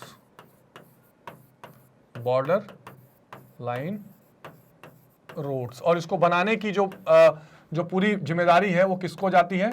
BRO, border road organisations को। ठीक है, जो सड़कें अंतरराष्ट्रीय सीमाओं के सहारे बनाई जाती हैं, मतलब अंतरराष्ट्रीय सीमाओं के बगल बगल में बनाई जाती हैं, इन सड़कों को बनाने का प्रमुख उद्देश्य सुदूर क्षेत्र में रहने वाले लोगों को मुख्य नगरों से जोड़ने के साथ साथ रक्षा प्रदान करना भी होता है। भारत के उत्तरी पूर्वी राज्यों में ऐसी सड़कों का निर्माण किया गया। अब देखिए, जो कंप्लीटली आर्मी के यूज के लिए होगा तो BRO करती है, और उसके अलावा नॉर्मल एजेंसीज भी बनाती हैं, जैसे ये अटल टनल रोहतांग वाला जो आप देख रहे हैं, ये तो भारत सरकार ने बनाया है। इस प्रकार की सड़कें सभी देशों में हैं जो गांव और शहर शिविरों तक वस्तुओं को पहुंचाती हैं, तो इंपॉर्टेंट है, ध्यान रखेंगे। अब देखिए रेल मार्ग, तो अब रेल मार्ग क्या है? सड़क के बाद जो स्थल परिवहन है उसका एक इंपॉर्टेंट रोल इसमें आता है, रेल मार्ग में आता है, इंपॉर्टेंट पार्ट बनता है। तो रेल मार्ग में क्या है कि लंबी दूरी तक, इसमें खास बात क्या होगा? लंबी दूरी। रेल मार्गों का प्रयोग हमेशा लंबी दूरी की चीजों के लिए ही किया जाता है, जिससे ट्रांसपोर्टेशन कॉस्ट कम आती है, टाइम कम लगता है। तो लंबी दूरी तक यात्रियों को और स्थल वस्तुओं को, या जिसको कह सकते हैं कि जो सामान है, चीजें हैं, सर्विसेज हैं, उनको पहुंचाने का कार्य, गुड्स जो है, रेल मार्ग द्वारा किया जाता है। रेल मार्गों की चौड़ाई गेज के हिसाब से नापी जाती है। जो पटरियां आप देख रहे हैं, पटरियों के बीच में जो दूरी होती है, गेज इससे निर्धारित होती है। तो इस गेज के आधार पर 3 वर्गों में विभाजित किया है रेल मार्गों को। बड़ी गेज जो 1.67 मीटर चौड़ी होती है, मानक गेज 1.44 मीटर, और मीटर लाइन 1 मीटर चौड़ी होती है, इसको छोटी लाइन भी कहा जाता है। तो ये गेज के हिसाब से रेल मार्गों का निर्धारण किया जाता है। रेल मार्ग द्वारा आवागमन Britain, USA, Japan, Bharat, Europe में अधिक लोकप्रिय है, और भारत में तो बहुत बड़ा ही पूरा इसका बना हुआ है, पूरा जाल जो फैला हुआ है। अब सबसे पहले बात कर लेते हैं यूरोप की। यह विश्व का सघनतम रेल तंत्र पाया जाता है। अब यूरोप में क्या है ना कि एक साथ कई सारे देश हैं, 27 देशों के आसपास हैं, जिसमें यूरोपियन यूनियन पूरा आता है। उन्होंने अपने पूरे ट्रांसपोर्टेशन को एक दूसरे के लिए फ्री एक्सेस दे रखा है, तो उनका जो पूरा डेंसर एक रेलवे सिस्टम है जो काम करता है। यहाँ के अधिकांश रेल मार्ग दोहरे और बहुमार्गीय हैं। रेल घनत्व तो बेल्जियम में सबसे अधिक है, जिसको रेल डेंसिटी कहते हैं, ज्यादा रेल होना। यह 6.5 वर्ग किलोमीटर में 1 किलोमीटर लंबी रेल लाइन है, मतलब 6.5 अगर किलोमीटर जमीन है तो यहाँ 1 किलोमीटर रेल लाइन आपको मिल जाएगी। लंदन, पेरिस, ब्रुसेल्स, मिलान, बर्लिन और वारसा महत्वपूर्ण रेल के केंद्र हैं। इंग्लैंड में एक सुरंग है जो यूरो टनल ग्रुप द्वारा प्रचलित है, जो लंदन को पेरिस से जोड़ती है। तो ये और बड़े अच्छे आप देख सकते हैं, सीनरी व्यू वाले रेलवे लाइन्स हैं, कई सारी शूटिंग्स भी उनमें हुई हैं। तो यहाँ यूरोप में रेलवे लाइन बहुत प्रचलित है और बहुत काम की है। अब रूस में अगर आप देखें तो रूस में जो हिस्सा यूराल के पश्चिमी सघन रेल जाल से घिरा हुआ है, रूस में 90% भाग रेल मार्ग द्वारा प्रतिबंधित है। मास्को इसका मुख्यालय है। मास्को में भूमिगत रेल मार्ग भी है। ट्रांस साइबेरियन रेल मार्ग आपने सुना होगा, रूस में ही आप इंपॉर्टेंट है। फिर उत्तरी अमेरिका में आ जाइए। उत्तरी अमेरिका में कौन कौन से देश हैं? कनाडा, अमेरिका, मैक्सिको जैसे देश हैं। यहाँ विश्व के कुल रेल मार्ग का 45% रेल तंत्र द्वारा प्रतिबंधित है। सबसे सघन रेल तंत्र पूर्वी मध्य संयुक्त राज्य अमेरिका तथा कनाडा के उच्च औद्योगिक और नगरीय क्षेत्र में, वैनकूवर जैसे क्षेत्र जो है। कनाडा रेल मार्ग सार्वजनिक क्षेत्र में है या अनेक भागों में फैला हुआ है। तो अलग अलग देशों की कहानी आप देख रहे हैं रेल मार्गों के हिसाब से। ऑस्ट्रेलिया की अगर आप बात करिए तो न्यू साउथ वेल्स रेल तंत्र काफी विस्तृत है, जो ऑस्ट्रेलिया लगभग 25% रेल तंत्र को पूरा करता है। पश्चिमी पूर्वी ऑस्ट्रेलिया राष्ट्रीय रेल मार्ग पर्व सिडनी तक फैला हुआ है। न्यूजीलैंड के रेल मार्ग उत्तरी द्वीप के किसी क्षेत्र को अपनी सेवा प्रदान कर रहे हैं। ठीक है, ध्यान से ऑस्ट्रेलिया और न्यूजीलैंड की आपस में बात हो जाती है, एक बगल के देश हैं। दक्षिणी अमेरिका में कौन कौन से देश हैं? तो दक्षिणी अमेरिका में जैसे Bolivia, Brazil, Brussels, Suriname, Ecuador, Colombia, Uruguay, Paraguay, ये सारे देश हैं। चिली है ना, पेरू, फ्रेंच गेना, ये सारे देश हैं। तो ये सब इसमें पाए जाते हैं। तो यहाँ पे अर्जेंटीना जैसे देश दक्षिण अमेरिका में है। तो अर्जेंटीना के जो पंपास वाले इलाके हैं वहां पर, ब्राजील के कॉफी क्षेत्र में, इसके अतिरिक्त चिली में एक लंबा रेल मार्ग है जो तटीय क्षेत्रों को आंतरिक भागों से जोड़ता है। Peru, Bolivia, Ecuador, Colombia, Venezuela में भी रेल मार्ग है। इन क्षेत्रों में छोटी एकल रेल लाइन मिलती है। तो आप देख लीजिए, अलग अलग जो कॉन्टिनेंट्स में देश हैं, सब जगह रेल मार्ग फैले हुए हैं और अच्छे हिसाब से काम कर रहे हैं। यहाँ का प्रमुख महाद्वीप पारीय रेल मार्ग एंडीज पर्वत के पार 3900 मीटर की ऊंचाई पर स्थित है, जो ब्यूनस आयर्स को बालपोरेस से जोड़ता है। ठीक है, अर्जेंटीना का ब्यूनस आयर्स। यह मार्ग उस प्लाटा दर्रे से गुजरता है। ठीक, तो ये दक्षिण अमेरिका की कहानी थी। एशिया में आ जाइए तो यहाँ जापान, बुलेट ट्रेन आपने सुना होगा, जापान चीन में बहुत फेमस है। भारत के रेल तंत्र बहुत सघन है। यहाँ रेल मार्ग सघन जनसंख्या वाले क्षेत्रों में है, पहाड़ी भागों में कम जनसंख्या वाले क्षेत्रों में, और मरुस्थलीय भागों में रेल तंत्र का घनत्व कम है। जहां पर जो मैदानी इलाके हैं, जहां पर पॉपुलेशन डेंसिटी भी ज्यादा है, जहां पर परिवहन के लिए जरूरत ज्यादा है, मांग ज्यादा है, ट्रेड एंड कॉमर्स भी है, वहां ज्यादा रेल मार्ग फैले हुए हैं, बाकी इलाके में कम फैले हुए हैं। तो एशिया में खास करके जापान, चीन और भारत, ये 3 ऐसे देश हैं जहां रेल मार्गों का बड़ा सघन विकसित है। इसके अलावा पाकिस्तान, बांग्लादेश, श्रीलंका जैसे देश भी हैं जो रेल मार्गों से जुड़े हुए हैं। अफ्रीका में आ जाइए तो बेंगुला रेल मार्ग अंगोला ने कटंगा तक, तंजानिया रेल मार्ग जाम्बिया तट से दारुए सलाम तक, केप टाउन जो से प्रिटोरिया तक, ये दक्षिण अफ्रीका में है। बोत्सवाना जिम्बाब्वे के मध्य, इसके अतिरिक्त Algeria, Senegal, Nigeria, Kenya, Ethiopia भी रेल मार्ग में। तो ये अफ्रीका के इंपॉर्टेंट देश हैं जो रेल मार्ग से जुड़े हुए हैं। इसकी जानकारी भी आपको रखनी है, इसको भी आपको ध्यान रखना है, ठीक है। अब देखिए इंटर कॉन्टिनेंटल कुछ रेल मार्ग भी हैं जो एक कॉन्टिनेंट से दूसरे कॉन्टिनेंट तक भी जुड़ जाते हैं, तो इसको आप देख सकते हैं। जैसे परा महाद्वीपीय रेल मार्ग में पूरे महाद्वीप से गुजरते हैं। अब इसमें मतलब ऐसा नहीं कि एक कॉन्टिनेंट से दूसरे कॉन्टिनेंट में आपको इससे पहुंचना है, पूरे कॉन्टिनेंट को जो कवर कर ले इसको लेके आप चलते हैं, परा महाद्वीपीय, ठीक है। इंट्रा मान के चल सकते हैं इसको। यह विभिन्न दिशाओं में लंबी यात्राओं की सुविधा प्रदान करता है। जैसे देख लीजिए, आपको सैन फ्रांसिस्को से आप चल के यहाँ पर पीटर्सबर्ग, फिलाडेल्फिया तक आ गए, पूरा आपने कॉन्टिनेंट वाइज एक तरह से ये फिर सिएटल से लेके और ये शिकागो में जुड़ गए, कनाडा, मैक्सिको और पूरा अमेरिका, ये पूरा एक साथ जुड़ गया। तो ये इस तरह के आपको रेल मार्ग भी दिखाई देंगे। अब देखिए विश्व के प्रमुख परा महाद्वीपीय रेल मार्ग कौन कौन से हैं। जो ट्रांस साइबेरियन एक रेल मार्ग जिसकी चर्चा मैंने की थी, जो पूरे एक तरह से कॉन्टिनेंट को कवर कर लेता है, तो ये कहां है? यह संसार का सबसे बड़ा रेल मार्ग है। यह सोवियत रूस को सुदूर पूर्व से जोड़ता है। इसका निर्माण सन 1905 में हुआ था। यह पूर्व में व्लादिवोस्टोक बंदरगाह से प्रारंभ होकर रूस में लेनिनग्राड तक जाता है। इसकी लंबाई मॉस्को से व्लादिवोस्टोक तक 8680 किलोमीटर है और यह विद्युतीकृत रेल मार्ग है। देखिए आपको याद होगा या आपने सुना भी होगा, पहले यूएसएसआर हुआ करता था जिसको हम सोवियत संघ कहते थे, ठीक। इसका प्रतिनिधित्व रूस करता था और उसके साथ 15 देश जुड़े हुए थे। उस समय से यह विकसित रेल मार्ग है और दुनिया का सबसे बड़ा रेल मार्ग इसको माना जाता है, ट्रांस साइबेरियन रेल मार्ग, ध्यान रखेंगे। इसके अलावा कुछ क्या है? ट्रांस साइबेरियन रेल मार्ग रूस में है जो व्लादिवोस्टोक से लेनिनग्राड तक है। Union and central Pacific rail मार्ग यूएसए में है जो न्यूयॉर्क से शिकागो तक है। कैप काहिरा रेल मार्ग अफ्रीका में है जो काहिरा मिस्र की राजधानी, यहां से केप टाउन दक्षिण अफ्रीका तक है, ठीक है। ओरिएंटल एक्सप्रेस रेल मार्ग यूरोप पेरिस से कोस्तुनतुनिया तक है, ध्यान रखेंगे, बहुत इंपॉर्टेंट, मैंने कुछ लिस्ट आपको दी हुई है, एग्जामिनेशन पॉइंट ऑफ व्यू से पूछ सकता है। कैनेडियन पैसिफिक रेल मार्ग है जो सेंट जॉन से वैंकूवर तक है कनाडा में। ट्रांस इंडियन रेल मार्ग दक्षिण अमेरिका में है जो ब्यूनस आयर्स से वाल्पोरेस तक है, पूरा जो एंडीज वाला इलाका है। ऑस्ट्रेलिया ट्रांस कॉन्टिनेंटल रेल मार्ग जो पर्थ से सिडनी तक है, ये समुद्र के किनारे वाले इलाके हैं। तो ये महत्वपूर्ण बहुत रेल मार्ग हैं, इनको आप बार बार रिवाइज करते रहेंगे, देखते रहेंगे, ठीक है। यूनियन, तो एक तो ट्रांस साइबेरियन देख लिया, उसके बाद हम देखेंगे union and central Pacific rail मार्ग। यह संयुक्त राज्य अमेरिका का सबसे बड़ा रेल मार्ग है। यह देश के पूर्वी तट को पश्चिमी तट से जोड़ता है। यह अंध महासागर से तट पर स्थित न्यूयॉर्क बंदरगाह से प्रारंभ होकर मिशिगन झील पर स्थित शिकागो तक पहुंचता है। यह अटलांटिक महासागर आप देख लेंगे स्टूडेंट्स, ठीक है। ये क्या है? अटलांटिक महासागर, अटलांटिक महासागर। तो अटलांटिक महासागर के तट से स्थित न्यूयॉर्क के बंदरगाह से प्रारंभ होकर मिशिगन, ये क्या है? झीलें हैं, यहां स्थित शिकागो तक पहुंचता है। शिकागो से यह मार्ग ओमाहा, ठीक है, सॉल्ट लेक सिटी होता हुआ प्रशांत महासागर के तट पर जो पैसिफिक में है पश्चिमी पर सैन फ्रांसिस्को बंदरगाह को जाता है। मैंने आपको अभी कुछ देर पहले मैप में भी थोड़ा दिखाने का प्रयास किया था। तो ये भी पूरे अमेरिका को कवर करता हुआ union and central Pacific rail मार्ग है जो अटलांटिक सागर के तट को पैसिफिक सागर यानी प्रशांत महासागर के तट से जोड़ देता है। इस रेल मार्ग द्वारा पश्चिमी भाग से गेहूं, लकड़ी, रुई, खनिज पदार्थ, पूर्वी औद्योगिक क्षेत्र और पूर्वी औद्योगिक क्षेत्र को तैयार माल पश्चिमी भागों में पहुंचाया जाता है। जाहिर सी बात है कि उद्योगीकरण का बहुत बड़ा रोल है इसमें और उद्योगों से बने इन सारे सामानों को एक जगह से दूसरे जगह पहुंचाया जाता है। नेक्स्ट है केप काहिरा रेल मार्ग। यह रेल मार्ग अफ्रीका महाद्वीप के उत्तर में मिस्र की राजधानी काहिरा को दक्षिण अफ्रीका के स्थित केप टाउन से जोड़ता है। जो हमने लाइन वाइज देखा था उन्हीं को हम चर्चा कर रहे हैं एक-एक करके, ठीक है। ओरिएंटल एक्सप्रेस रेल मार्ग, अब ये क्या है? यूरोप का महत्वपूर्ण रेल मार्ग है। यह पेरिस, ठीक है, ध्यान रखिएगा, पेरिस से प्रारंभ होकर पूर्व की ओर कस्तुनतुनिया नगर जाता है।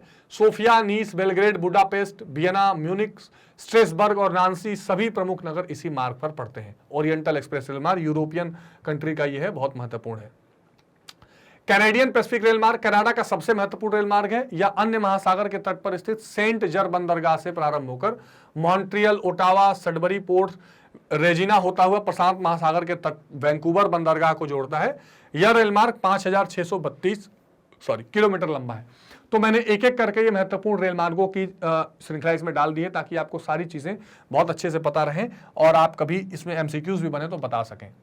ट्रांस इंडियन रेलमार्ग को देख लीजिए। यह रेलमार्ग दक्षिणी अमेरिका में अर्जेंटीना को राजधानी ब्यूनस आयर्स के एंडीज के पार प्रशांत महासागर तट पर स्थित बॉलपोरोज बंदरगाह से जोड़ता है, जो भी हम चर्चा कर रहे थे, एंडीज वाला जो इलाका है।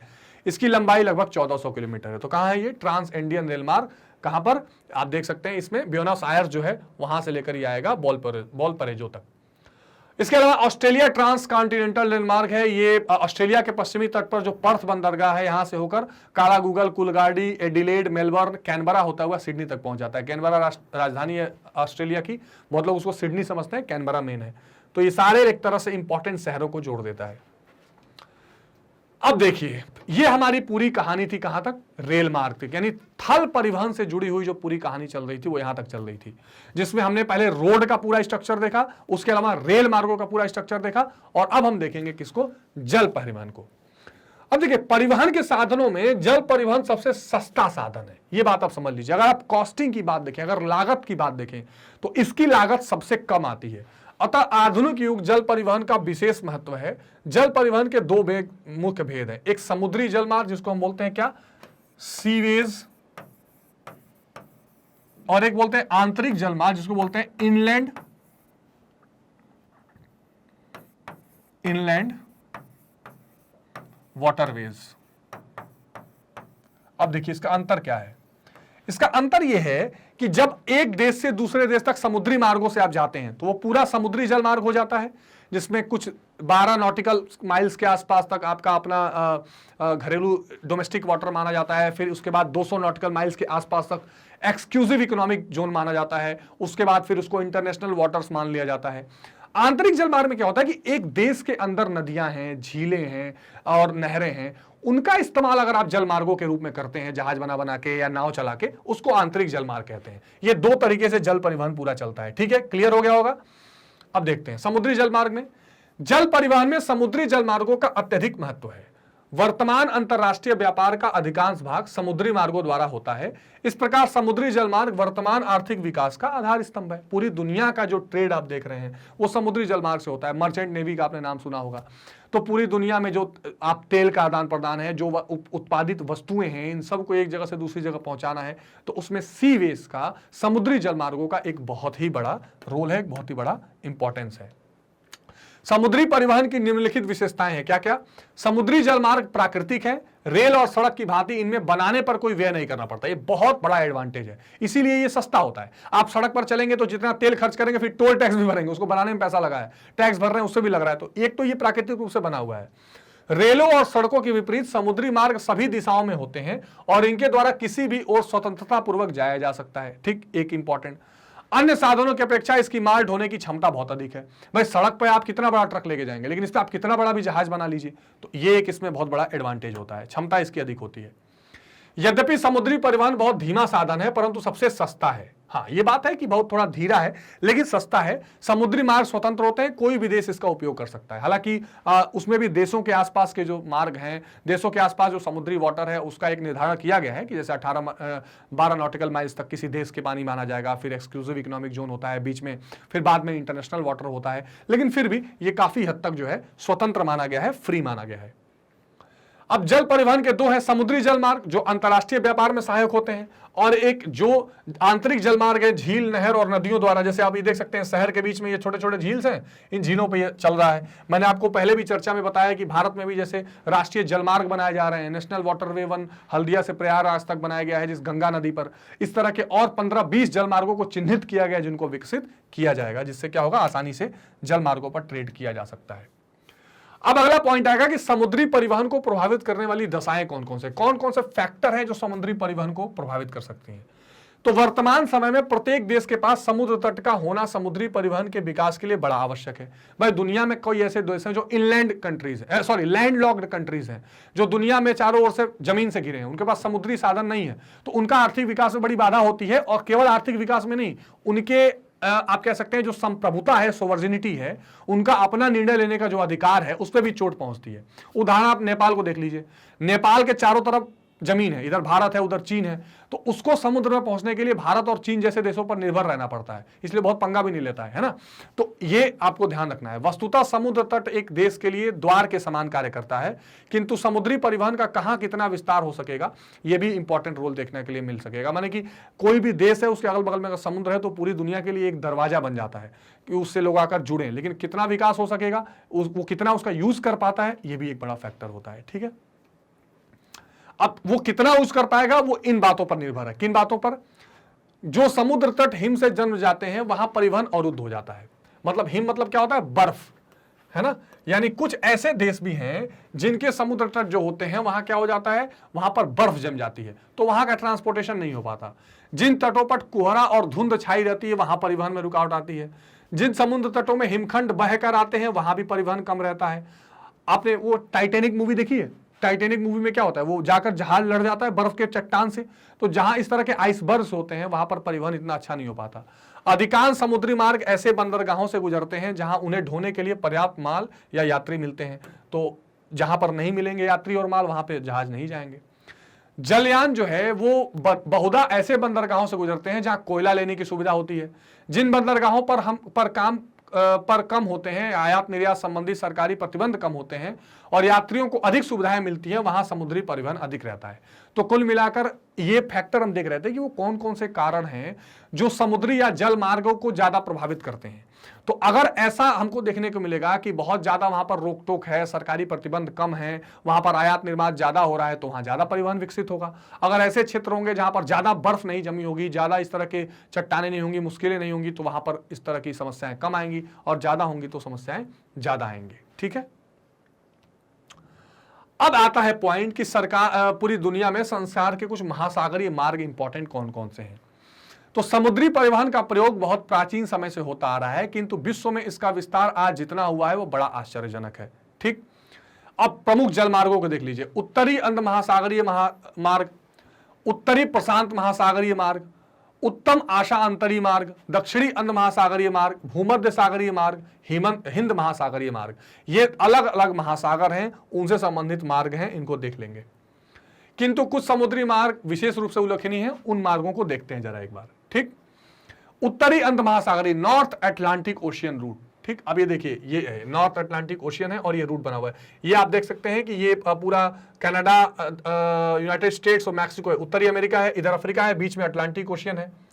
यह मार्ग संसार का सबसे महत्वपूर्ण मार्ग है, क्योंकि देखिए होता क्या है, इधर से एशिया से भी आकर लोग यूरोप में इधर से जाते हैं, इधर पूरा अमेरिका और नीचे दक्षिण अमेरिका जुड़ा हुआ है, तो बहुत महत्वपूर्ण है। इसके एक और पश्चिमी यूरोप के औद्योगिक देश हैं, इधर देखिए पश्चिमी यूरोप के औद्योगिक देश हैं इस मार्ग के एक तरफ, और दूसरी ओर संयुक्त राज्य अमेरिका और कनाडा जैसे देश हैं इधर। तो ये बहुत महत्वपूर्ण मार्ग बन जाता है, इसलिए इसको नॉर्थ अटलांटिक ओशियन रूट या उत्तरी अंध महासागरीय मार्ग कहते हैं। इस मार्ग पर समस्त संसार के लगभग 1/4 जलयान चलते हैं। 25% पूरे सी फेरीज होते हैं, जो अन्य किसी मार्ग की अपेक्षाकृत अधिक भार और अधिक मूल्य का माल होते हैं। यात्री और डाक का परिवहन भी इसी मार्ग पर सबसे अधिक रहता है। विश्व का 50% औद्योगिक उत्पादन भी इसी क्षेत्र में होता है। इस मार्ग पर सस्ता कोयला सुलभ है, ये इंपॉर्टेंट बात है। ठीक है, और अभी हमने चर्चा की थी कि जहां पर कोयला ज्यादा अच्छा मिलेगा वहां पर मार्ग विकसित होंगे समुद्र के। यह मार्ग पश्चिमी यूरोप के मुख्य बंदरगाह लंदन, ग्लासगो, लिवरपूल, मैनचेस्टर, होलोफ, Montreal, Saint John, Boston, Philadelphia, New York, लियोनियर्स आदि बंदरगाहों को जोड़ता है। इन बंदरगाहों के नाम ध्यान रखेंगे। ठीक है, तो ये आप ध्यान रखेंगे कि ये इंपॉर्टेंट बंदरगाह हैं जिनको जोड़ता है कौन, जिनको ये सारे नॉर्थ अटलांटिक सी रूट जोड़ता है। उत्तरी अमेरिका से यूरोप को पेट्रोलियम, गंधक, कोयला, लोहा, खाद्यान्न, मांस, तैयार माल जाता है। यूरोप से अमेरिका को मशीनें, लकड़ी, लुगदी, कपास और अन्य माल जाता है। आप देखिए यूरोप और अमेरिका में जो इंपॉर्टेंट सी ट्रेड करने का पूरा जो लिंक है वो इसी उत्तरी अमेरिकी महासागरीय जलमार्ग से बना हुआ है। ठीक है, दूसरा है उत्तरी प्रशांत महासागरीय मार्ग, नॉर्थ पैसिफिक ओशियन रीजन। ठीक, ये बड़ा इंपॉर्टेंट है। यह मार्ग पूर्वी एशिया के देशों को कनाडा और संयुक्त राज्य अमेरिका से जोड़ता है। ये इंपॉर्टेंट आप ध्यान रखिएगा, एशिया है और इधर वो क्या संयुक्त राज्य अमेरिका से जुड़ जाएगा, इधर पैसिफिक ओशियन है। ऑस्ट्रेलिया और न्यूजीलैंड भी इस मार्ग द्वारा अमेरिका से जुड़े हुए हैं। पनामा नहर के कारण इस मार्ग में बहुत उन्नति हुई है। पनामा नहर कहां बना हुआ है? तो जो अमेरिका और दक्षिण अमेरिका और उत्तरी अमेरिका के बीच में जो मैक्सिको और पनामा ये वाला पूरा इलाका है, वहां ये बना हुआ है और उससे बहुत आवागमन हुआ है पूरा एक दूसरे शहरों में। इस मार्ग पर एशिया के याकोहामा, संघाई, हांगकांग, मनीला, कनाडा के प्रिंसबर्ग, वैंकूवर तथा संयुक्त राज्य अमेरिका के सैन फ्रांसिस्को, पोर्टलैंड और लॉस एंजलिस बंदरगाह पड़ते हैं। तो एक तरफ आपने उत्तरी अटलांटिक देखा, उत्तरी प्रशांत महासागरीय का भी ये महत्वपूर्ण पार्ट है। उत्तम आशा अंतरिक्ष मार्ग, Cape of Good Hope route, ये देखिए, ये केप ऑफ गुड होप यहां पर है।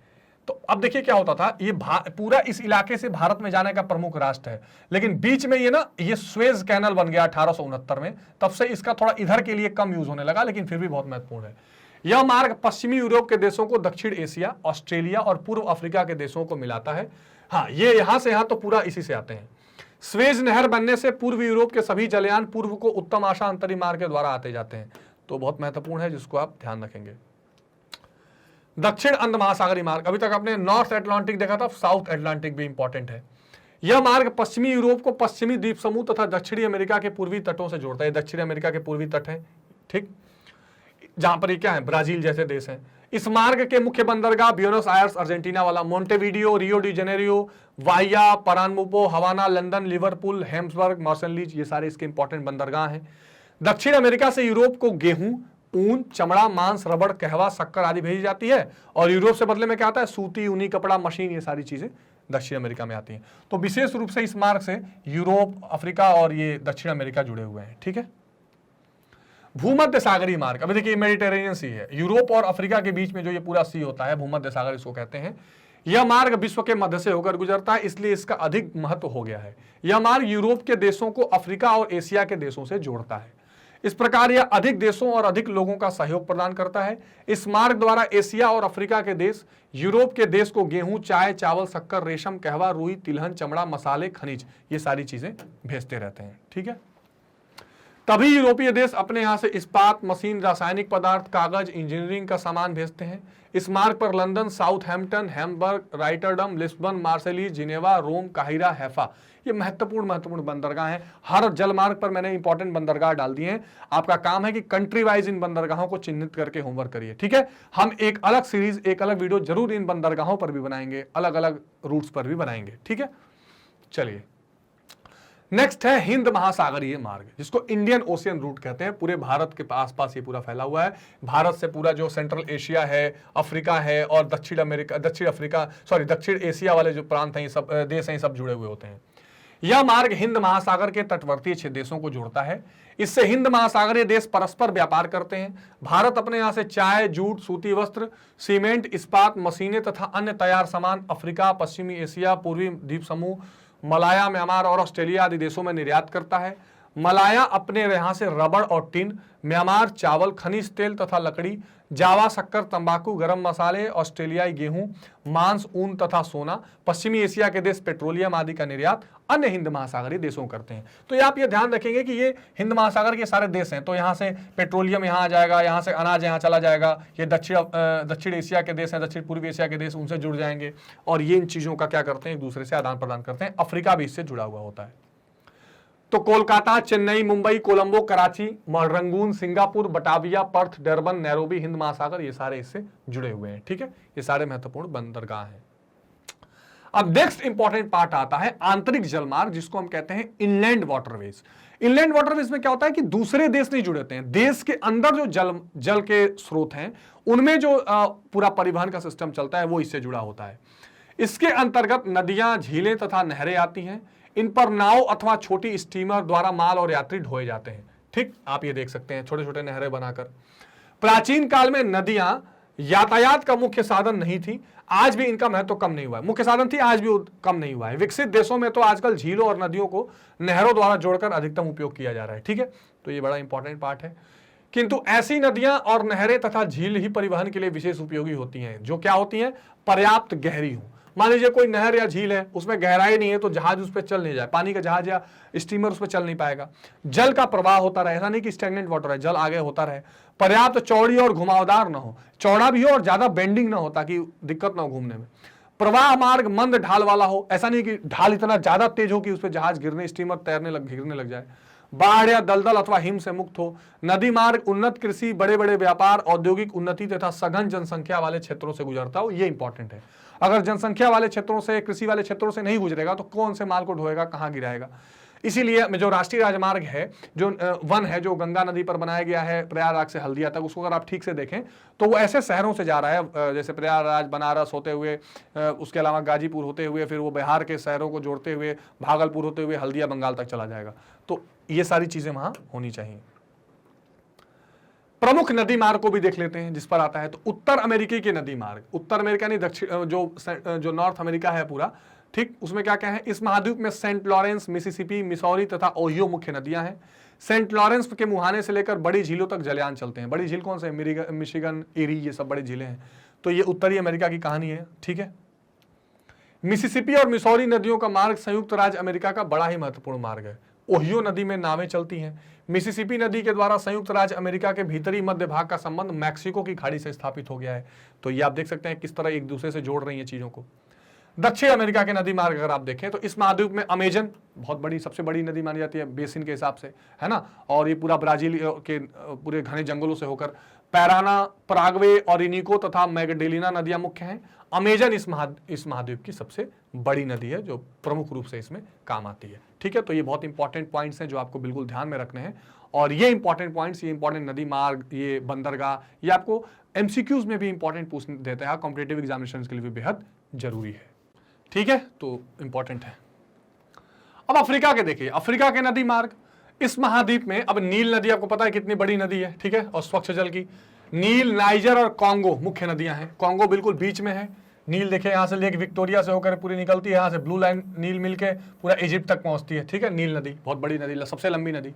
इनमें नील केवल डेल्टाई क्षेत्रों में ही नावें चलाने के योग्य हैं। इसका शेष भाग उबड़ खाबड़ होने से बेकार है। तो अफ्रीका में ये नील नदी की कहानी है। नाइजर और उसकी सहायक बेनू नदी में 1440 किलोमीटर तक जहाज चलते हैं। और इसके अलावा कॉन्गो रिवर तो आप देख ही रहे हैं। तो कॉन्गो, नील और नाइजर, ये तीन नदियां अफ्रीका की महत्वपूर्ण है। इस नदी द्वारा बड़ी मात्रा में ताड़ की गिरी और ताड़ का तेल ढोया जाता है। कौन सी नदी का, ये जो बताया जा रहा है, नाइजर नदी। इस कारण इस नदी का नाम तेल की नदी भी कहा पड़ गया है, ठीक है।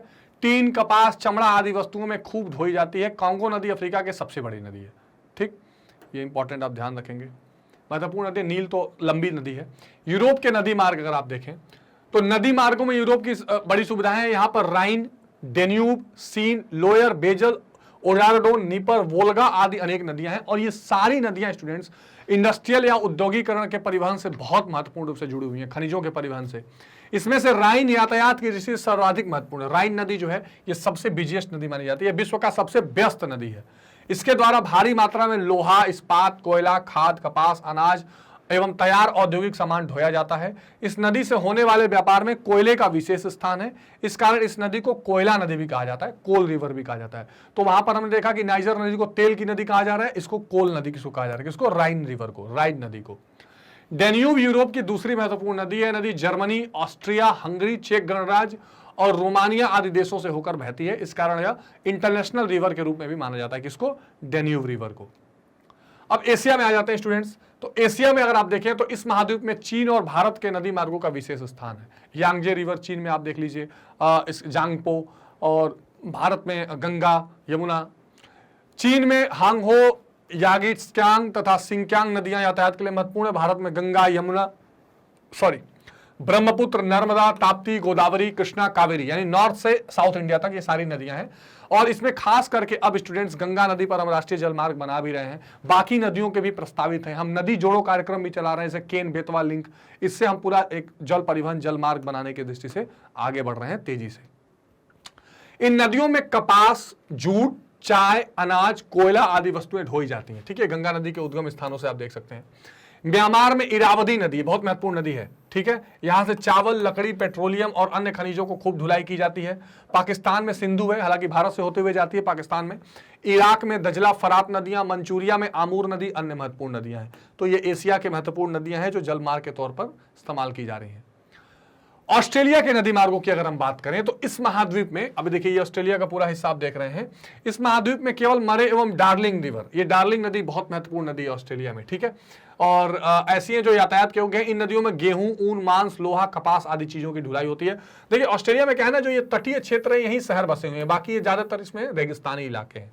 तो ये ऑस्ट्रेलिया की कहानी है। अब आते हैं नदियों के बाद नहरों पर, कैनाल्स। तो नहर क्या होती है, जैसे मान लीजिए कि जो अलग अलग खेत हैं आपके, जहां पर नदी या पानी इरिगेशन का नहीं है, तो नदियों से एक रास्ता काट कर वहां तक पानी पहुंचाया जाता है, बेसिकली उसे नहरें कहते हैं। जलमार्गों के अंतर्गत आजकल जहाजी नगरों का बड़ा महत्व हो गया है। अच्छा, कभी कभी तो ये तो नहरों का छोटा पार्ट है, कभी कभी हम एक ऐसा इसका डेवलपमेंट करते हैं, जैसे ये दिखाई पड़ता है कि कोई नदी बह रही है, उसमें छोटे छोटे जहाज चलाए जाते हैं, तो इसको जहाजी नगरें जो हैं विभिन्न नदी, खाड़ी, समुद्रों को मिलाने अथवा झीलों को मिलाने के लिए बनाई जाती है। अब स्वेज कैनाल में हमने क्या किया है, पूरा रेड सी से रास्ता काट के उधर स्वेज करते हुए मेडिटेरेनियन सी में मिला दिया है। इन नहरों से दूरियां कम होती हैं, समय की बचत होती है। नहरों द्वारा कई देशों के व्यापार में भारी उन्नति हुई है। कुछ जहाजी नहरों ने तो विश्वव्यापी ख्याति प्राप्त की है। विश्व की प्रमुख अगर नहरों की बात करें तो सबसे पहले इसमें स्वेज कैनाल आता है। देखिए कैसे आप सैटेलाइट मैप से देख सकते हैं कैसे काट के रास्ता बनाकर ले जाया गया है। ये कब इसका खोज किया, कब इसको विकसित किया गया, 1869 में। स्वेज नहर संसार की सबसे बड़ी जहाजी नहर है, जो जहाजों के लिए नहर बनाई गई है। पोर्ट सईद एवं स्वेज के स्थल डमरू मध्य को काटकर बनाई गई है।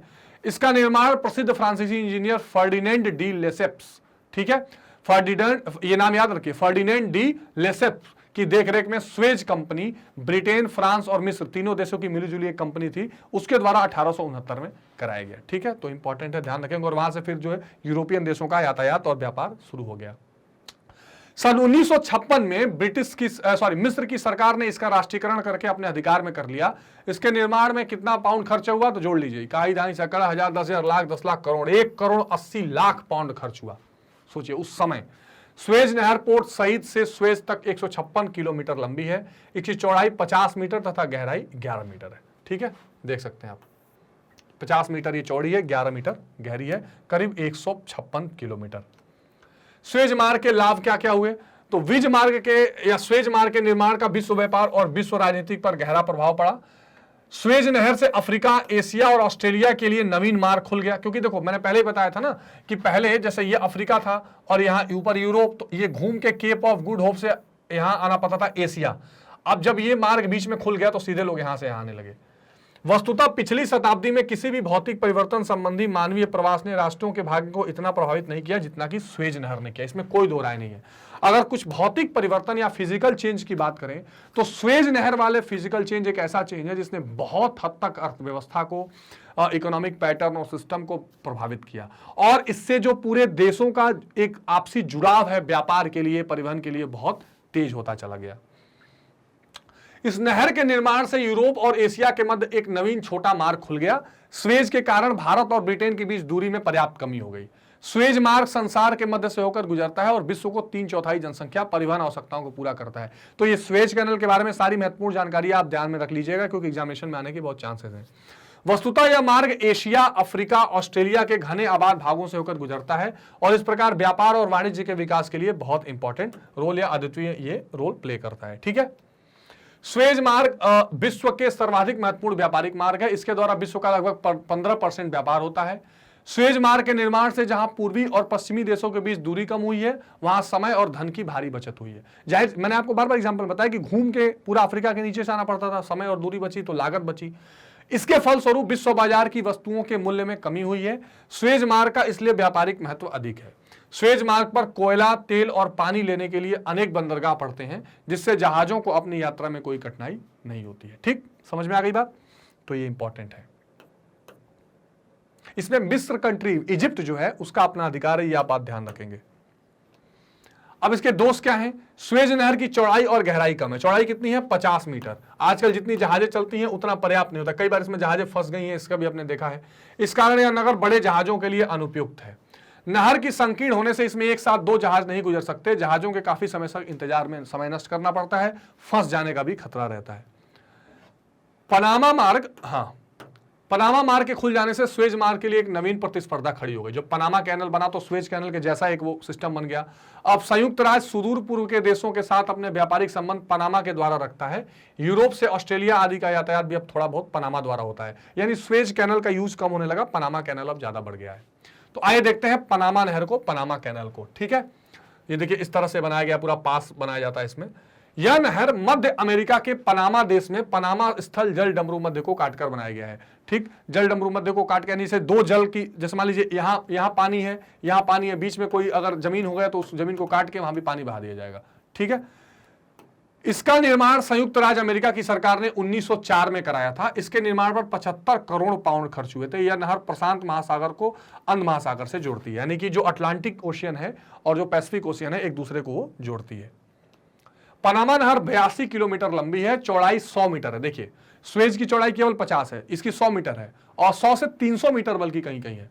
और गहराई सर्वत्र एक सी नहीं है, औसत गहराई 12 मीटर है और स्वेज कैनल की गहराई केवल 11 मीटर है। गहराई कम होने से इसके अंदर 3 जलपास बनाए गए हैं, जिससे जहाज 25 मीटर तक उठ सकता है। इसको पार करने में जहाज का 10 से 12 घंटे तक समय लग जाते हैं। तो इसमें कई सारे पास बनाए गए हैं, गेट बनाए गए हैं, जहां से जहाज बारी बारी करके निकलते हैं, ताकि वहां पे कोई बहुत ज्यादा ट्रैफिक ना बने। अब पनामा मार्गों के लाभ अगर देखें, पनामा मार्ग से उत्तरी अमेरिका का प्रशांत महासागरीय तट और अंध महासागरीय तट निकट संपर्क में आ गए हैं। ठीक, तो जो अटलांटिक, पहले क्या था, जैसे मान लीजिए ये करीब अगर आप देखें तो इस तरह का कुछ उत्तरी अमेरिका है, तो यहाँ कनाडा है, यहाँ यूएसए है, और यहाँ नीचे मैक्सिको है। ठीक, और ऐसे होते हुए फिर नीचे ये दक्षिण अमेरिका वाला हिस्सा है। तो ये अगर आपको मान लीजिए इस अटलांटिक ओशियन से इस पैसिफिक ओशियन में आना है तो पूरा घूम के आते हैं आप, बीच में पनामा कैनल हो गया तो दोनों एक दूसरे से जुड़ गए हैं। बस ये इसका ज्यादा बेनिफिट है। इस नहर के बन जाने से अब जहाजों का संपूर्ण दक्षिणी अमेरिका का चक्कर नहीं लगाना पड़ता। संयुक्त राज्य अमेरिका के पूर्वी तथा पश्चिमी तटों को बीच लगभग 11.215 किलोमीटर की दूरी कम हो गई है। तो दूरी भी इसने कम कर दी है और समय भी बचा रहा है। परिणाम स्वरूप संयुक्त राज्य अमेरिका के पूर्वी और पश्चिमी तटों के बीच अंतर्राष्ट्रीय व्यापार में भी वृद्धि हुई है। जब दूरी कम होगी, जब समय कम लगेगा एक जगह से दूसरे जगह जाने में, तो ट्रेड तो बढ़ेगा ही। इस नहर से दक्षिणी अमेरिका के व्यापार को भी बड़ा लाभ पहुंचा है। जो साउथ अमेरिका के जो देश हैं उनको भी बहुत फायदा हुआ है। दक्षिणी अमेरिका के प्रशांत महासागरीय तट और उत्तरी अमेरिका के अंध महासागरीय तट के बीच दूरी इस नहर से बहुत कम हो गई है। उदाहरणतः न्यूयॉर्क और वॉलपरेजो के मध्य लगभग 1000 किलोमीटर की दूरी कम हो गई। अतः इन दोनों क्षेत्रों के व्यापार में बहुत विकास हुआ है। तो पनामा कैनल बहुत ही इंपॉर्टेंट अब कैनल बन चुका है पूरी दुनिया भर के लिए। पनामा मार्ग ने उत्तरी अमेरिका और दक्षिणी अमेरिका के पश्चिमी तटों को यूरोप के काफी निकट ला दिया है। तो हमने क्या देख लिया, पहला स्वेज कैनल, यानी स्वेज नहर, दूसरा पनामा नहर। अब इसके दोष देख लेते हैं। जल तल में भिन्नता के कारण जहाजों को इस नहर से गुजरने में कठिनाई होती है। वहां क्या है ना कि जैसे एक जैसी गहराई नहीं है, कहीं ज्यादा कहीं कम, तो कठिनाई देखने के लिए मिलती है। जल तल को ठीक करने के लिए नहर में बांध की व्यवस्था है, इससे जहाजों को गुजरने में काफी समय लगता है। पनामा जलमार्ग कम आबादी वाले आर्थिक दृष्टि से पिछड़े क्षेत्रों से गुजरता है, जिससे जहाजों को यातायात के लिए पर्याप्त माल नहीं मिल पाता। ये बात है कि पनामा कैनल में जो है बहुत ज्यादा विकसित देशों के आसपास से नहीं गुजर रहा है, ऊपर अमेरिका है, लेकिन जो टचिंग कंट्रीज हैं वहां इस तरह की बात नहीं है कि ज्यादा यातायात वहां मिल सके। हाँ, लॉन्ग रूट्स के लिए फायदेमंद है। पनामा मार्ग में बढ़ते हुए विश्व व्यापार और यातायात को नियंत्रित करने की संभावना, उसमें जो क्षमता है वो सीमित है। विशाल व्यापारिक जहाजों को नहर से गुजरने में कठिनाई होती है। इस मार्ग पर बहुत कम द्वीप और बंदरगाह हैं। तो ये उसके कुछ दोष हैं, कम बंदरगाह हैं, कम आइलैंड्स हैं, ज्यादा अगर लोड बढ़ जाता है तो प्रेशर में आ जाता है। तो ये पनामा मार्ग के कुछ दोष हैं। आधुनिक समय में सभी प्रकार के परिवहन, ठीक, तो ये इंपॉर्टेंट आप ध्यान रखेंगे। इससे पहले कि हम वायु परिवहन पर आए, जल मार्ग वालों में आप ध्यान रखेंगे कि जल मार्ग में हमने देखा कि एक तो पूरा हम समुद्र स्तर से देख रहे हैं। समुद्र स्तर में भी हमने देखा कि जो दुनिया के प्रमुख समुद्र मार्ग है उसमें नहरों को पहले हमने देखा कि कैसे अटलांटिक वाले जल मार्ग हैं, पैसिफिक वाले जल मार्ग हैं, हिंद महासागर के जल मार्ग हैं। उसके बाद अगर जब हमने देखा तो नहरों के थ्रू, तो हमने एक स्वेज नहर का जल मार्ग महत्वपूर्ण देखा जिसकी इजिप्ट की मलकियत है, और एक जो हमने पनामा वाला देखा, पनामा कैनाल, जो दक्षिण अमेरिका और उत्तर अमेरिका के बीच से पनामा देश से निकल रही है, और इससे अटलांटिक ओशियन और प्रशांत महासागर को जोड़ने में आसानी हो रही है। तो ये पूरी की पूरी कहानी क्या थी, जल परिवहन की थी। अब आते हैं हम परिवहन, इंपॉर्टेंट वायु परिवहन, यानी कि एयर ट्रांसपोर्टेशन या एयरवेज। अब देखिए, सबसे पहले थल मार्गों का विकास हुआ, थल मार्गों के बाद नंबर आया जल मार्गों का, और अब हम पहुंच चुके हैं वायु मार्ग पर। तो जाहिर सी बात है ये परिवहन का आधुनिक अंग है, जो मोस्ट टेक्निकली एडवांस्ड, या जो हम कह सकते हैं कि जो सबसे उन्नत शोध इस सब में है, वो वायु परिवहन की मानी जाती है। आधुनिक समय में सभी प्रकार के परिवहन में वायु परिवहन का विशेष महत्व है। यह सबसे गतिशील साधन है। गतिशील यानी मोस्ट मोबाइल, जो तेजी से आगे बढ़ जाए। ठीक, ये ध्यान रखिए। वायुयान के दूर से स्थान पर पहुंचने में 65 घंटे से अधिक का समय नहीं लगता।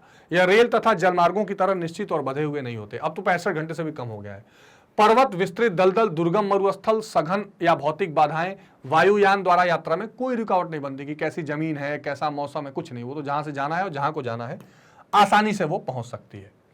यद्यपि सस्ता और भारी सामान ढोने में यह रेल और जहाजों की प्रतिस्पर्धा नहीं कर सकता, फिर भी डाक और मूल्यवान वस्तुएं तथा लंबी यात्राओं के लिए वायु परिवहन ही सबसे अधिक उपयुक्त है। ठीक है, तो इस बात का आपको ध्यान रखना है।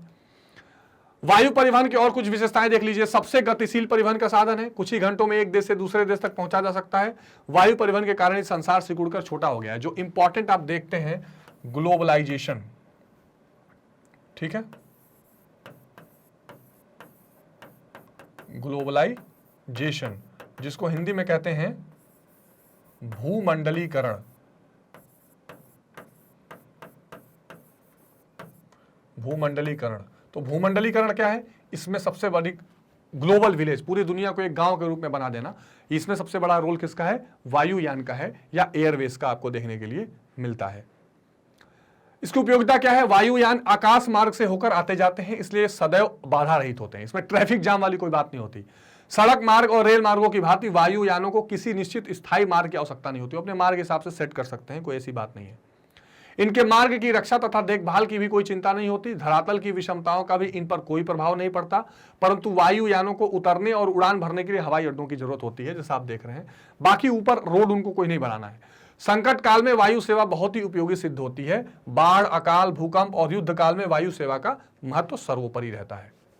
अब क्या क्या चीजें वायुयान को प्रभावित कर सकती हैं या वायु मार्ग को? तो उच्च पर्वतीय क्षेत्र, वहां से फिर उनको अगर बहुत पर्वतीय उच्च क्षेत्र है तो कभी कभी आप देखते हैं क्रैशेस होने की संभावना रहती है, वहां से उड़ान भरने की भी दिक्कत होती है। विस्तृत मरुस्थल, विशाल महासागर और विशाल वन क्षेत्र। क्या क्या आर्थिक परिस्थितियां हैं जो उसको कर सकती हैं? अल्प जनसंख्या के क्षेत्र, जैसे मान लीजिए कि कहीं की जनसंख्या अगर बहुत कम होगी तो वैसे कंडीशन में वो क्या करेंगे कि वहां पर ज्यादा वायु मार्गों को जोड़ा नहीं जा सकता, वायुयानों के लिए अड्डे नहीं बनाए जा सकते, या वायु मार्ग को विकसित करने के ज्यादा प्रयास नहीं होंगे। आजकल तो उड़ान योजना भारत सरकार की चल रही है, जिसमें कोशिश ये है कि छोटे छोटे शहरों में भी वायुयान की स्थिति दी जाए। लेकिन अगर जनसंख्या कम होगी तो वहां पर फिर वायु परिवहन को ज्यादा विकसित नहीं किया जाए, क्योंकि प्रॉफिट में नहीं रहेगी। अच्छा हवाई अड्डा, अगर अच्छा हवाई अड्डा है तब तो वायु परिवहन ठीक होगा, नहीं तो नहीं। ऋतु संबंधी सूचनाएं जहां ठीक से मिल सकती हैं तो वहां पर वायु परिवहन आसान है, नहीं तो मुश्किल होगी। अन्य साधनों की निकटता, मान लीजिए वहां पर फायर ब्रिगेड की चीजें, पुलिस दल बल, ये चीजें होनी चाहिए। पासपोर्ट और अन्य सुविधाएं, ये सारी चीजें जहां बेहतर रहेंगी आर्थिक रूप से, वहां पर वायु परिवहन ठीक से होता हुआ दिखाई पड़ेगा। अब अंतर महाद्वीपीय कुछ वायु मार्ग की अगर बात करें तो वर्तमान में संसार के प्रायः सभी देश वायु मार्गों से जुड़े हुए हैं, किंतु विश्व के उन्नत देशों में वायु मार्गों का जाल बिछ गया है। जाहिर सी बात है, और सबसे पहले डेवलप कंट्रीज ने ज्यादा वायु मार्ग का जाल बिछाया, धीरे धीरे सारी कंट्रीज इसमें इंक्लूड हो रही हैं। वायु परिवहन का सर्वाधिक विकास उत्तरी अमेरिका और यूरोप में हुआ है। इन महाद्वीपों में संयुक्त राज्य America, Canada, Britain, France, Holland, Belgium, Germany, Italy, रूस, ये सारे देश इसमें शामिल हैं। तो ये वो डेवलप्ड नेशंस हैं जो वायु मार्ग में जुड़े हुए हैं। अंतरराष्ट्रीय वायु मार्गों के दो केंद्र बिंदु हैं जो निम्नलिखित प्रकार के हैं: उत्तरी पूर्व संयुक्त राज्य और समीपवर्ती कनाडा। उत्तरी पश्चिमी यूरोप, उत्तरी अटलांटिक के पार, इन दोनों केंद्रों के मध्य विश्व का व्यस्ततम उत्पाद। देखिए, उत्तरी पश्चिमी यूरोप यानी कि जिसमें आप कह सकते हैं कि इंग्लैंड, फ्रांस, जर्मनी, उत्तरी अटलांटिक के आर पार, ये सारे क्या हैं? विश्व के व्यस्ततम वायु मार्ग हैं। यानी आप कह सकते हैं कि अमेरिका, कनाडा और यूरोप का जो पूरा है, इन दोनों केंद्रों से विश्व के विभिन्न भागों को वायु मार्ग जाते हैं, जिनमें से प्रमुख निम्नलिखित प्रकार के हैं। कौन कौन से वायु मार्ग आप देखेंगे? यूरोप तथा अमेरिका के बीच वायु मार्ग सबसे इंपॉर्टेंट क्या क्या है? इस मार्ग पर मुख्यतः अमेरिकी, ब्रिटिश, फ्रांसीसी वायुयान चलते हैं। लंदन से शैनर, गैडर, ओटावा या न्यूयॉर्क। ठीक, लंदन से पेरिस, लिस्बन, बरमूडा होते हुए न्यूयॉर्क। स्टॉकहोम से ओस्लो, रिजाकविक, गैंडर, ओटावा तथा न्यूयॉर्क। एक चीज ध्यान रख लीजिए, मैं तो जो मैप प्रैक्टिस कराऊंगा, ये प्रमुख शहर हैं, इन शहरों को मैप पर ठीक से लिस्टिंग कर लीजिए, कौन से शहर किस देश के हैं, कहां पाए जाते हैं। लंदन, लिम्बन, Dakar, Natal, Salvador, Rio de Janeiro और ब्यूनस आयर्स। तो जो अमेरिकी महाद्वीप है पूरा, यानी उत्तरी अमेरिकी, दक्षिणी अमेरिकी और यूरोप, उनसे संबंधित ये सारे वायु मार्ग हैं जिसको आपको ध्यान रखने हैं। यूरोप, एशिया तथा ऑस्ट्रेलिया के मार्ग अगर देखें तो इस मार्ग पर फ्रांसीसी, ब्रिटिश, डच, इटालियन और भारतीय वायुयान उड़ते हैं। इस मार्ग में London, Paris, Frankfurt, Berlin, Rome, Geneva, काहिरा, Beirut, Baghdad, Karachi, Mumbai, Delhi, Kolkata, Bangkok, Rangoon, Singapore, Batavia, Hong Kong, Darwin, Brisbane और सिडनी होता हुआ मेलबॉर्न पर समाप्त होता है। ठीक है, तो ये एशिया, ऑस्ट्रेलिया और यूरोप तीनों के महत्वपूर्ण शहर हैं और वहां के एयरपोर्ट्स हैं। यूरोप अफ्रीका मार्ग देख लीजिए अगल बगल। इस मार्ग पर ब्रिटिश, फ्रांसीसी और इटालियन वायुयान चलते हैं। वायुयान साउथ हैम्पटन से रोम, काहिरा, खार्तूम, नैरोबी होते हुए केपटाउन यानी नीचे दक्षिण अफ्रीका तक जाता है। पश्चिम में लागोस की ओर भी जाते हैं। उत्तरी अमेरिका और पूर्वी एशिया मार्ग, इस मार्ग पर अमेरिकन वायुयान उड़ते हैं। यह मेन फ्रांसिस्को से होनोलुलु, मनीला, हांगकांग तक जाता है। कुछ वायुयान ऑस्ट्रेलिया और न्यूजीलैंड को भी जाते हैं। ठीक, चलिए, तो ये हमने पूरा वायु मार्ग या वायुयान वाला कंडीशन देखा कि कैसे पूरी दुनिया में जो वायु मार्ग का एक जाल फैला हुआ है और जितने विकसित देश हैं उन्होंने पहले अपने वायु मार्ग को विकसित किया और अब दुनिया के हर देशों में हर एरिया से वायुयान को जोड़ने की, कनेक्टिविटी करने की कोशिश की जा रही है, जो कि इंटरनेशनल ट्रेड के लिए, इंटरनेशनल रिलेशंस के लिए और पूरे भूमंडलीकरण का जो पूरा कंसेप्ट है उसके लिए बेहद महत्वपूर्ण है।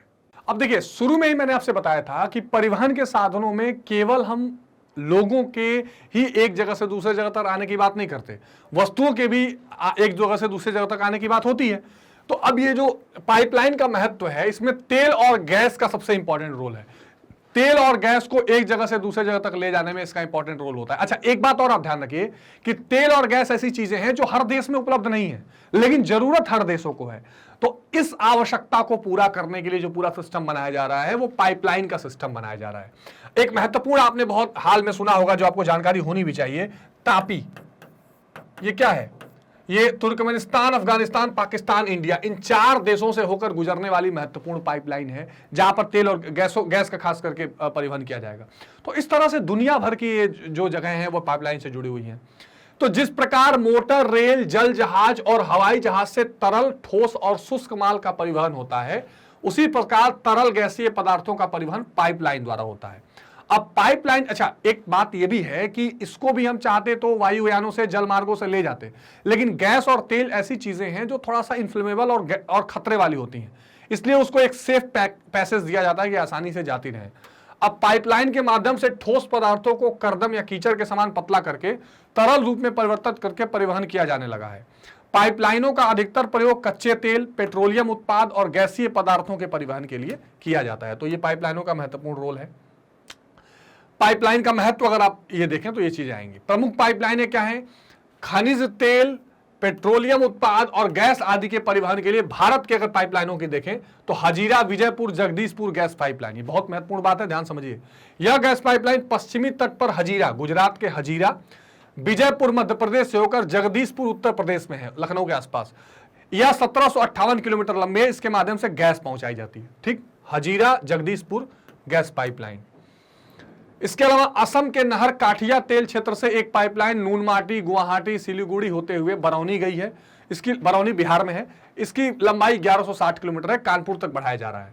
नाहरकटिया पाइपलाइन को बरौनी से हल्दिया तक फिर बढ़ा दिया गया। अब नाहरकटिया, बरौनी, कानपुर पाइपलाइन को दिल्ली, अंबाला और जालंधर तक बढ़ाया गया। तो देखिए, ये जो नाहरकटिया पाइपलाइन है आसाम से होते हुए पूरा अब अंबाला तक पहुंच चुकी है, जो एक महत्वपूर्ण गैस पाइपलाइन है। ठीक, दूसरा, फिर गुजरात के कच्छ की खाड़ी पर सलाय, कांगड़ा के पास, और वीर मंगराम, गुजरात, अहमदाबाद होता हुआ कोयला, बड़ोदरा, गुजरात तथा अहमदाबाद से मथुरा तक 1256 किलोमीटर लंबी गैस लाइन पाइपलाइन बिछाई गई है।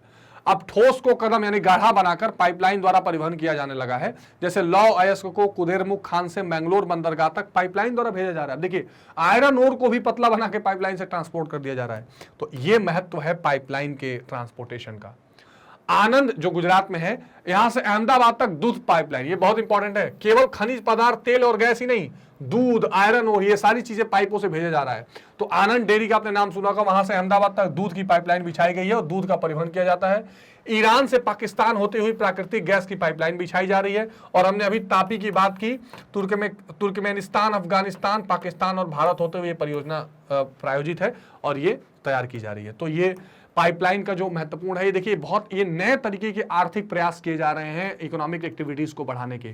और अभी हमने चर्चा किया कि जब गैस पाइपलाइन की बात की जा रही है, तेल पाइपलाइन की बात की जा रही है, इसके अलावा खनिजों को भी तरल बनाकर, कचरा बनाकर वहां से हम ट्रांसपोर्ट कर लेते हैं। पानी की पाइपलाइन के तो आप जानते ही हैं। इसके अलावा जो दूध है, इसके लिए भी पाइपलाइन बनाया जा रहा है। तो ये सब महत्वपूर्ण चीजें हैं। अब तेल और गैस के पाइपलाइन है, भारत का आपने देख लिया, अब अमेरिका के देखिए। यहां पेट्रोलियम और प्राकृतिक गैस के अपार भंडार हैं, परंतु इनकी ढुलाई के लिए यहां पाइपलाइन का बड़े पैमाने पर उपयोग किया जाता है। कोई 7 लाख किलोमीटर लंबी पाइपलाइनें बिछी हैं। देखिए बहुत इंपॉर्टेंट है, पाइपलाइनों के यहां अधिकांश जाल खाड़ों तटीय क्षेत्र में है। बिग इंच ऐसी ही एक प्रसिद्ध पाइपलाइन है। कौन सी? बिग इंच, ध्यान रखेंगे, very very important. Big inch एक पाइपलाइन है जो तेल परिवहित करती है। बिग इंच पूछ सकता है क्वेश्चन, कहां है? तो बिग इंच कहां है? संयुक्त राज्य अमेरिका में जो एक पाइपलाइन मानी जाती है। ये पाइपलाइनें खाड़ी तटीय तेल क्षेत्रों को पेट्रोलियम पदार्थों के उत्तर पूर्वी क्षेत्रों को पहुंचाती हैं।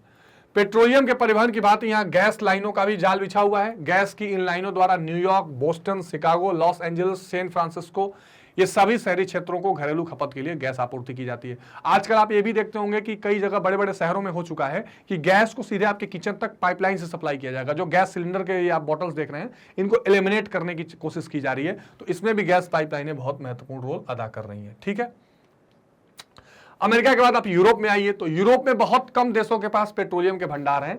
अतः यूरोप के अधिकांश देशों को पेट्रोलियम विदेशों से आयात करना पड़ता है। ये देश आयातित पेट्रोलियम को अपने बंदरगाहों पर स्थित कारखानों में साफ करके उसे पाइपलाइनों द्वारा अपने औद्योगिक केंद्रों तथा मंडियों को वितरित करते हैं। तो ये भी इंपॉर्टेंट है। यहां Britain, France, Holland, Germany, Italy आदि देश इसी प्रकार के तेल और गैस की आपूर्ति करते हैं। स्वतंत्र देशों के राष्ट्रकुल में तो पेट्रोलियम और प्राकृतिक गैस के अनेक भंडार हैं। अतः रूस में पेट्रोलियम, प्राकृतिक गैस की ढुलाई के लिए बड़ी मात्रा में पाइपलाइनें बिछी हुई हैं। तो यूरोप में पूरा आप पश्चिमी यूरोप से होते हुए, और अभी आपने जब रूस यूक्रेन लड़ाई आप देख रहे थे, तो आपने देखा कि कैसे नाटो कंट्रीज से होती हुई जो गैस पाइपलाइनें यूरोप तक गई हैं, रसिया तक गई हैं, उसमें एक विवाद देखा जा रहा था। पश्चिमी एशिया में आइए, तो पश्चिमी एशिया के कई देश जैसे सऊदी अरब, ईरान, इराक, यहाँ तेल के विशाल भंडार हैं। तो जाहिर सी बात है ट्रांसपोर्ट करना है। अतः यहाँ उत्पादित तेल को बंदरगाहों तक पहुंचाने के लिए पाइपलाइनों का प्रयोग किया जाता है। यहाँ की प्रसिद्ध टेप लाइन, कौन सी? टेप लाइन, फिर से यहां लिख देता हूं, टेप लाइन।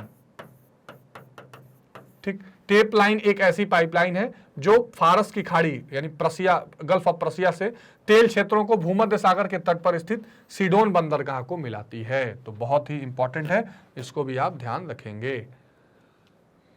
यह 1707 किलोमीटर लंबी है। इस प्रकार इराक अपने किरकुल क्षेत्र का पेट्रोलियम 896 किलोमीटर लंबी पाइपलाइन द्वारा भूमध्य सागर पर स्थित हैफा और त्रिपोली बंदरगाहों को पहुंचाता है।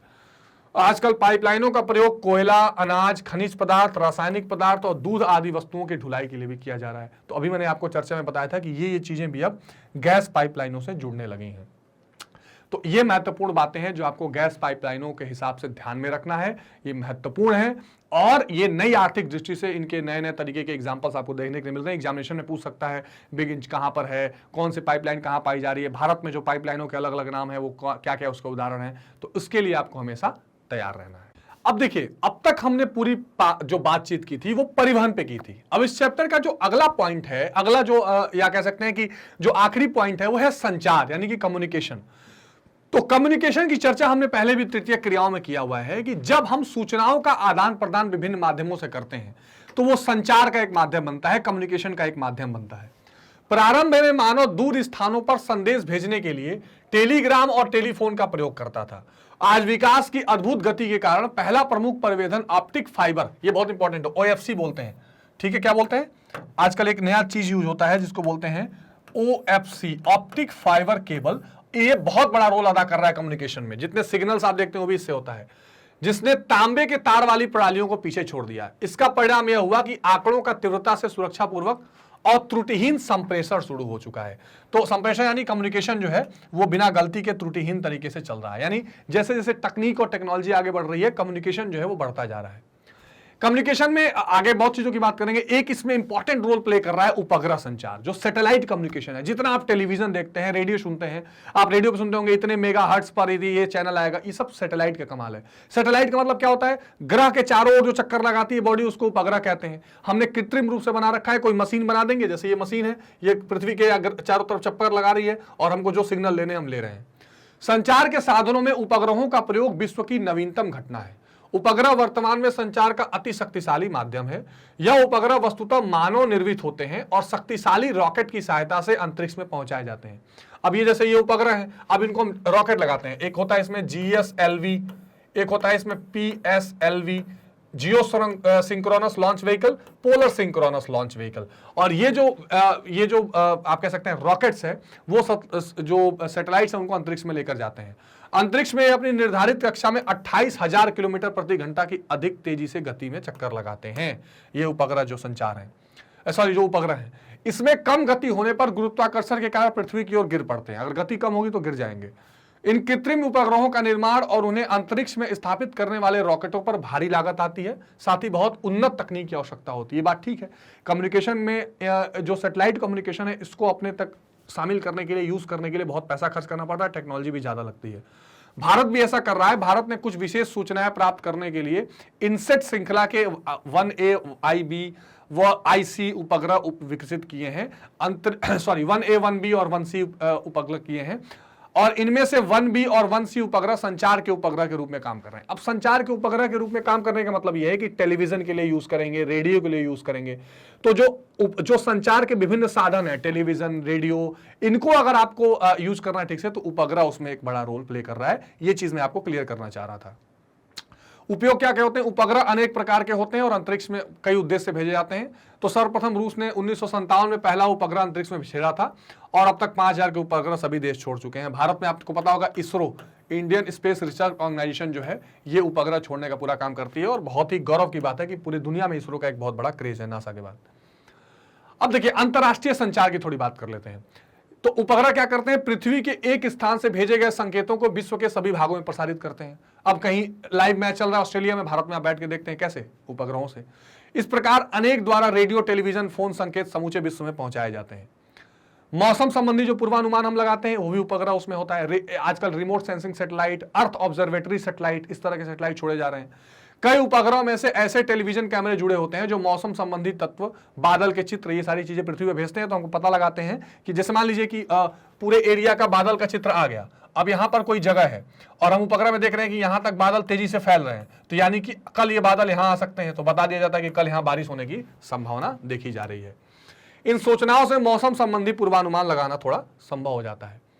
प्राकृतिक संसाधनों का ज्ञान, आजकल सैटेलाइट ऐसे हैं जो जमीन के नीचे लेजर बीम से पता लगा लेते हैं कि यहाँ खनिज है, यहाँ तेल है, यहाँ कोयला है कि नहीं है। तो इन उपग्रहों का प्रयोग पृथ्वी के विभिन्न क्षेत्रों के विशेष प्रकार के चित्र लेकर मिट्टी, वन, फसल और भूगर्भ में छिपे सभी खनिजों का पता लगाने में भी महत्वपूर्ण भूमिका अदा करता है। बाहरी अंतरिक्ष का ज्ञान भी हमको पता लगता है कि ऊपर के अंतरिक्ष में क्या स्थिति चल रही है। पृथ्वी के वायुमंडल के परे बाह्य अंतरिक्ष से स्थिति ग्रहों, नक्षत्रों, तारक पुंजों के पृथ्वी से स्पष्ट चित्र प्राप्त करना संभव नहीं होता। वायुमंडल इसमें बाधक होता है, लेकिन जो ये उपग्रह है ये सारी चित्र को हमको प्रोवाइड करा देते हैं। सैनिक कार्यों में सहायता, ये बहुत महत्वपूर्ण बात है। उस सैटेलाइट से हमको पता लग जाता है कि हमारे देश के बॉर्डर के आसपास क्या हलचल चल रही है। आजकल कई देश उपग्रहों का प्रयोग अन्य देशों की सैनिक गतिविधियों की जानकारी के लिए करते हैं। हम देखते हैं अपने बॉर्डर के इलाके के आसपास सैटेलाइट में कहीं कोई गांव तो नहीं बस रहा है, कहीं कोई जगह तो नहीं बन रही है। इस प्रकार से ये उपग्रह अंतर्राष्ट्रीय गुप्तचरी के माध्यम बन गए हैं। संयुक्त राज्य अमेरिका और रूस ऐसे उपग्रहों का प्रयोग करता है बहुत ज्यादा। ठीक है, आपने परमाणु मूवी देखी है? परमाणु मूवी जरूर देखिएगा, आपको इसमें इसका रोल आपको पता चल जाएगा कि कैसे सैनिक इस्तेमाल करते हैं उपग्रह को। विभिन्न प्रकार के मानचित्र बनाने में सहयोग। आप एक अलग तरह का सैटेलाइट होता है कार्टोसैट। कार्टोसैट इसका इस्तेमाल, इस सैटेलाइट का इस्तेमाल किया जाता है मानचित्रीकरण के लिए। आजकल उपग्रहों से प्राप्त चित्र और अन्य जानकारियों के आधार पर उत्तम कोटि के मानचित्रों का निर्माण किया जाने लगा है। संक्षेप में इन उपग्रहों ने संचार के क्षेत्र में अल्प समय में बहुत क्रांति उत्पन्न की है और भविष्य में ये मानव के लिए अधिक उपयोगी सिद्ध होंगे, इसमें कोई संदेह नहीं है। तो संचार जब हम पढ़ेंगे तो संचार में सबसे हॉट टॉपिक उपग्रह रहेगा, उपग्रह के इस्तेमाल रहेंगे, क्योंकि दुनिया भर में आज जो संचार का मॉडल है ना, आजकल वो जमाना चला गया कि आप टेलीग्राम कर रहे हैं, फैक्स भेज रहे हैं। अब जो ये संचार का तेज संचार का माध्यम जो लाइव दुनिया चल रही है, उसमें बहुत बड़ा रोल कौन प्ले कर रहा है? ये उपग्रह प्ले कर रहे हैं, सैटेलाइट्स प्ले कर रहे हैं। इस पर क्वेश्चन आने की पूरी संभावना है। एक नया संचार का इंपॉर्टेंट पॉइंट है साइबर स्पेस इंटरनेट। तो साइबर स्पेस इंटरनेट तो आप जान ही रहे हैं कितना महत्वपूर्ण रोल आजकल प्ले कर रहा है। यह विद्युत द्वारा कंप्यूटरकृत स्पेस का संसार है जो www जैसे इंटरनेट द्वारा आकृत है। अब www डाल के आप पूरी दुनिया को मुट्ठी में कर सकते हैं वर्ल्ड वाइड वेब से, है ना, कंप्यूटर में सेट। इसमें कंप्यूटर पर सूचनाओं के प्रेषण तथा प्राप्ति की विद्युत अंक की दुनिया है। इसमें भेजने वाले और प्राप्त करने वाले के शारीरिक श्रम के बिना काम होता है। इसे इंटरनेट के नाम से जाना जाता है और यह स्थान पर विद्यमान रहता है, हर स्थान पर विद्यमान रहता है। तो साइबर स्पेस इंटरनेट की बात आप समझ रहे हैं। इंटरनेट से पूरी दुनिया को कनेक्ट करने में आसानी हुई है। पूरी दुनिया एक डब्बे में, एक मोबाइल फोन में आपको देखने के लिए मिल सकती है। तो चाहे हवाई जहाज हो या पानी का जहाज हो, कहीं भी हम इसकी सुविधा ले सकते हैं। आज तक तो आजकल ये सुविधा मिलने लगी है। साइबर स्पेस लोगों को समकालीन आर्थिक और सामाजिक स्पेस को ईमेल, वाणिज्य, शिक्षा, प्रशासन के माध्यम से विस्तृत करेगा। और इस पर तो आप कई पॉइंट्स बना सकते हैं। इंटरनेट की जब बात आएगी तो आप व्हाट्सएप की बात करेंगे, आप क्लाउड कंप्यूटिंग की बात करेंगे, कोर बैंकिंग सॉल्यूशन जो पूरा बैंकिंग कारोबार है उसकी बात करेंगे, यूपीआई पेमेंट्स जो आप देख रहे हैं, ये सारी चीजें इसी से जुड़ी हुई हैं। खैर, हमको संचार तक रखना है तो मेल भेजना, मैसेजिंग करना, वीडियो कॉन्फ्रेंसिंग, ये सारी चीजें कहाँ हैं, इसी का पार्ट बन जाएंगी, इसी के लिए काम में आएंगी। जियोग्राफिकल इंफॉर्मेशन सिस्टम, जीआईएस जिसको बोलते हैं, भौगोलिक सूचना तंत्र। भौगोलिक सूचना तंत्र या भौगोलिक सूचना प्रणाली या संक्षेप में जीआईएस कंप्यूटर हार्डवेयर और सॉफ्टवेयर को भौगोलिक सूचना के साथ एकीकृत करके उनके लिए आंकड़े एकत्रित करके प्रबंधन करना, विश्लेषण करना, संरक्षण तथा निरूपण की व्यवस्था है। तो जीआईएस से पूरी दुनिया की सारी चीजें, पूरी भौगोलिक स्थितियों को हम एक साथ दे सकते हैं। आप मैप देख लेते हैं ना कि यहां से यहां जाना है, कोई ओला उबर में बैठते हैं तो मैप के माध्यम से कहीं पहुंच जाते हैं। नेविगेशन का जो पूरा काम है, जीआईएस के अनुप्रयोग से मौसम विज्ञान, जल गुणवत्ता, स्थलों की स्थिति, नदी, प्रशासनिक आंकड़े, जल ग्रहण, भू आवरण, जल मार्गों से संबंधित उपलब्ध जानकारी, ये सारी चीजें क्या होती हैं, उपयोगकर्ताओं को मिल जाती हैं बड़ी आसानी से। अब भौगोलिक निर्देशिका प्रणाली को निम्न स्तर से देखा जा सकता है, कई इसके स्तर हैं। आंकड़ा संकलन या सारणी के रूप में होता है। इसे प्रत्येक स्थानिक सुविधाओं के बारे में अतिरिक्त जानकारी के रूप में परिभाषित किया जाता है। तो क्या क्या जीआईएस में रहता है, आंकड़ों को व्यवस्थित करना, जो भी डेटा आया है, स्टैट्स आया है, उसको ठीक से अरेंज करना, आंकड़ों का विश्लेषण मतलब कि उनका एनालिसिस करना और इनको मानचित्र पर प्रदर्शित करना, यानी मैप पर इनको शो करना, ये इसका इंपॉर्टेंट रोल होता है। ठीक है, जीआईएस को किसी प्रकार की समस्या निवारण और निर्णय लेने की प्रक्रिया के साथ साथ स्थानिक वातावरण में आंकड़े के प्रदर्शन में उपकरण के रूप में उपयोग किया जा सकता है। जीआईएस के द्वारा निम्न कार्य किया जाता है, क्या क्या, चीजों का मानचित्रीकरण, यानी आप जो मैप बनाते हैं वो इसके द्वारा दिखाते हैं, मात्राओं का मानचित्रीकरण, घनत्व का मानचित्रीकरण, क्षेत्र विशेषता का मानचित्रीकरण, घटनाओं का मानचित्रीकरण, मानचित्रण में परिवर्तन, ये वो चीजें हैं जो जीआईएस से हो जाती हैं। ठीक, इनका आप ध्यान रखेंगे। इनके ये पॉइंट्स हैं जो आपके परीक्षा के दृष्टिकोण से बेहद जरूरी है, संचार के दृष्टिकोण से बेहद जरूरी है। ठीक है, एक और चीज आपको आजकल संचार में दिखाई देती है, जीपीएस। ठीक है, ग्लोबल पोजिशनिंग सिस्टम, वैश्विक स्थान निर्धारण प्रणाली, ये खास करके उसी से जुड़ी हुई है। जब आप कहीं भी डाल के देखते हैं आपका लोकेशन क्या है, ये सब इसी से निर्धारित है और ये भी कम्युनिकेशन का बहुत इंपॉर्टेंट पार्ट हो गया है।